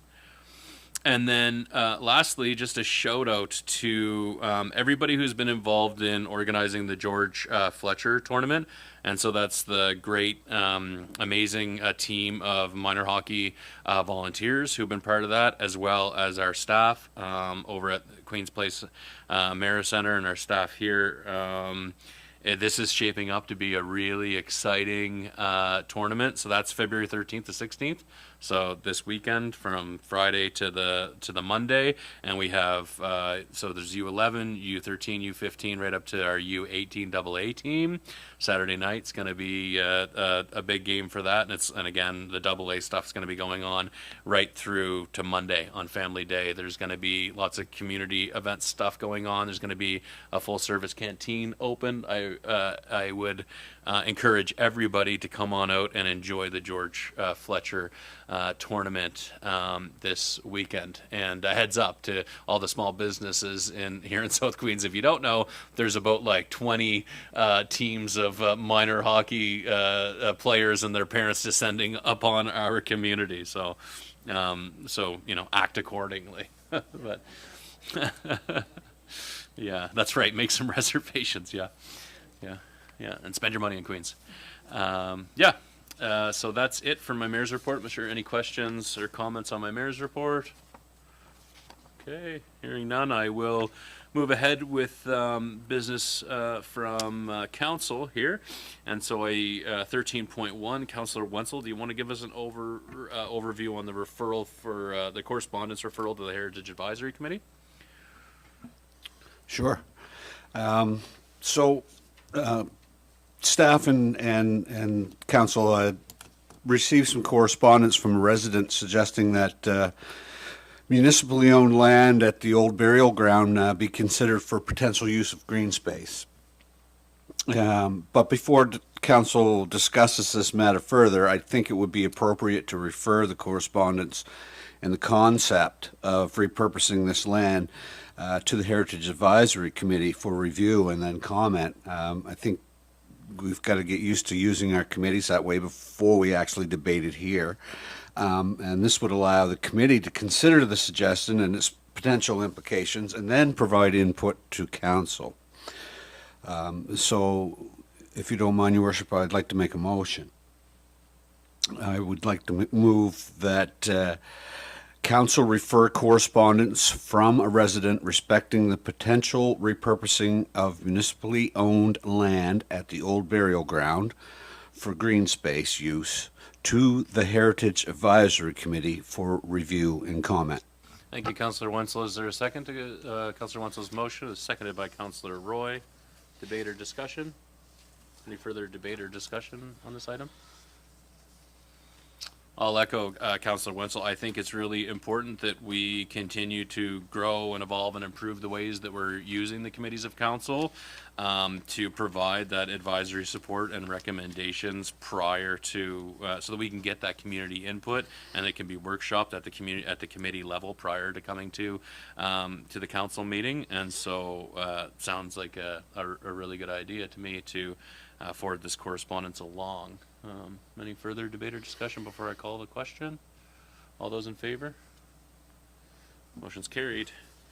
And then 13.2 is over to you, Councillor Merrow, on the Brooklyn area rate vote. Councillor Wenzel, if you could turn off your microphone, please.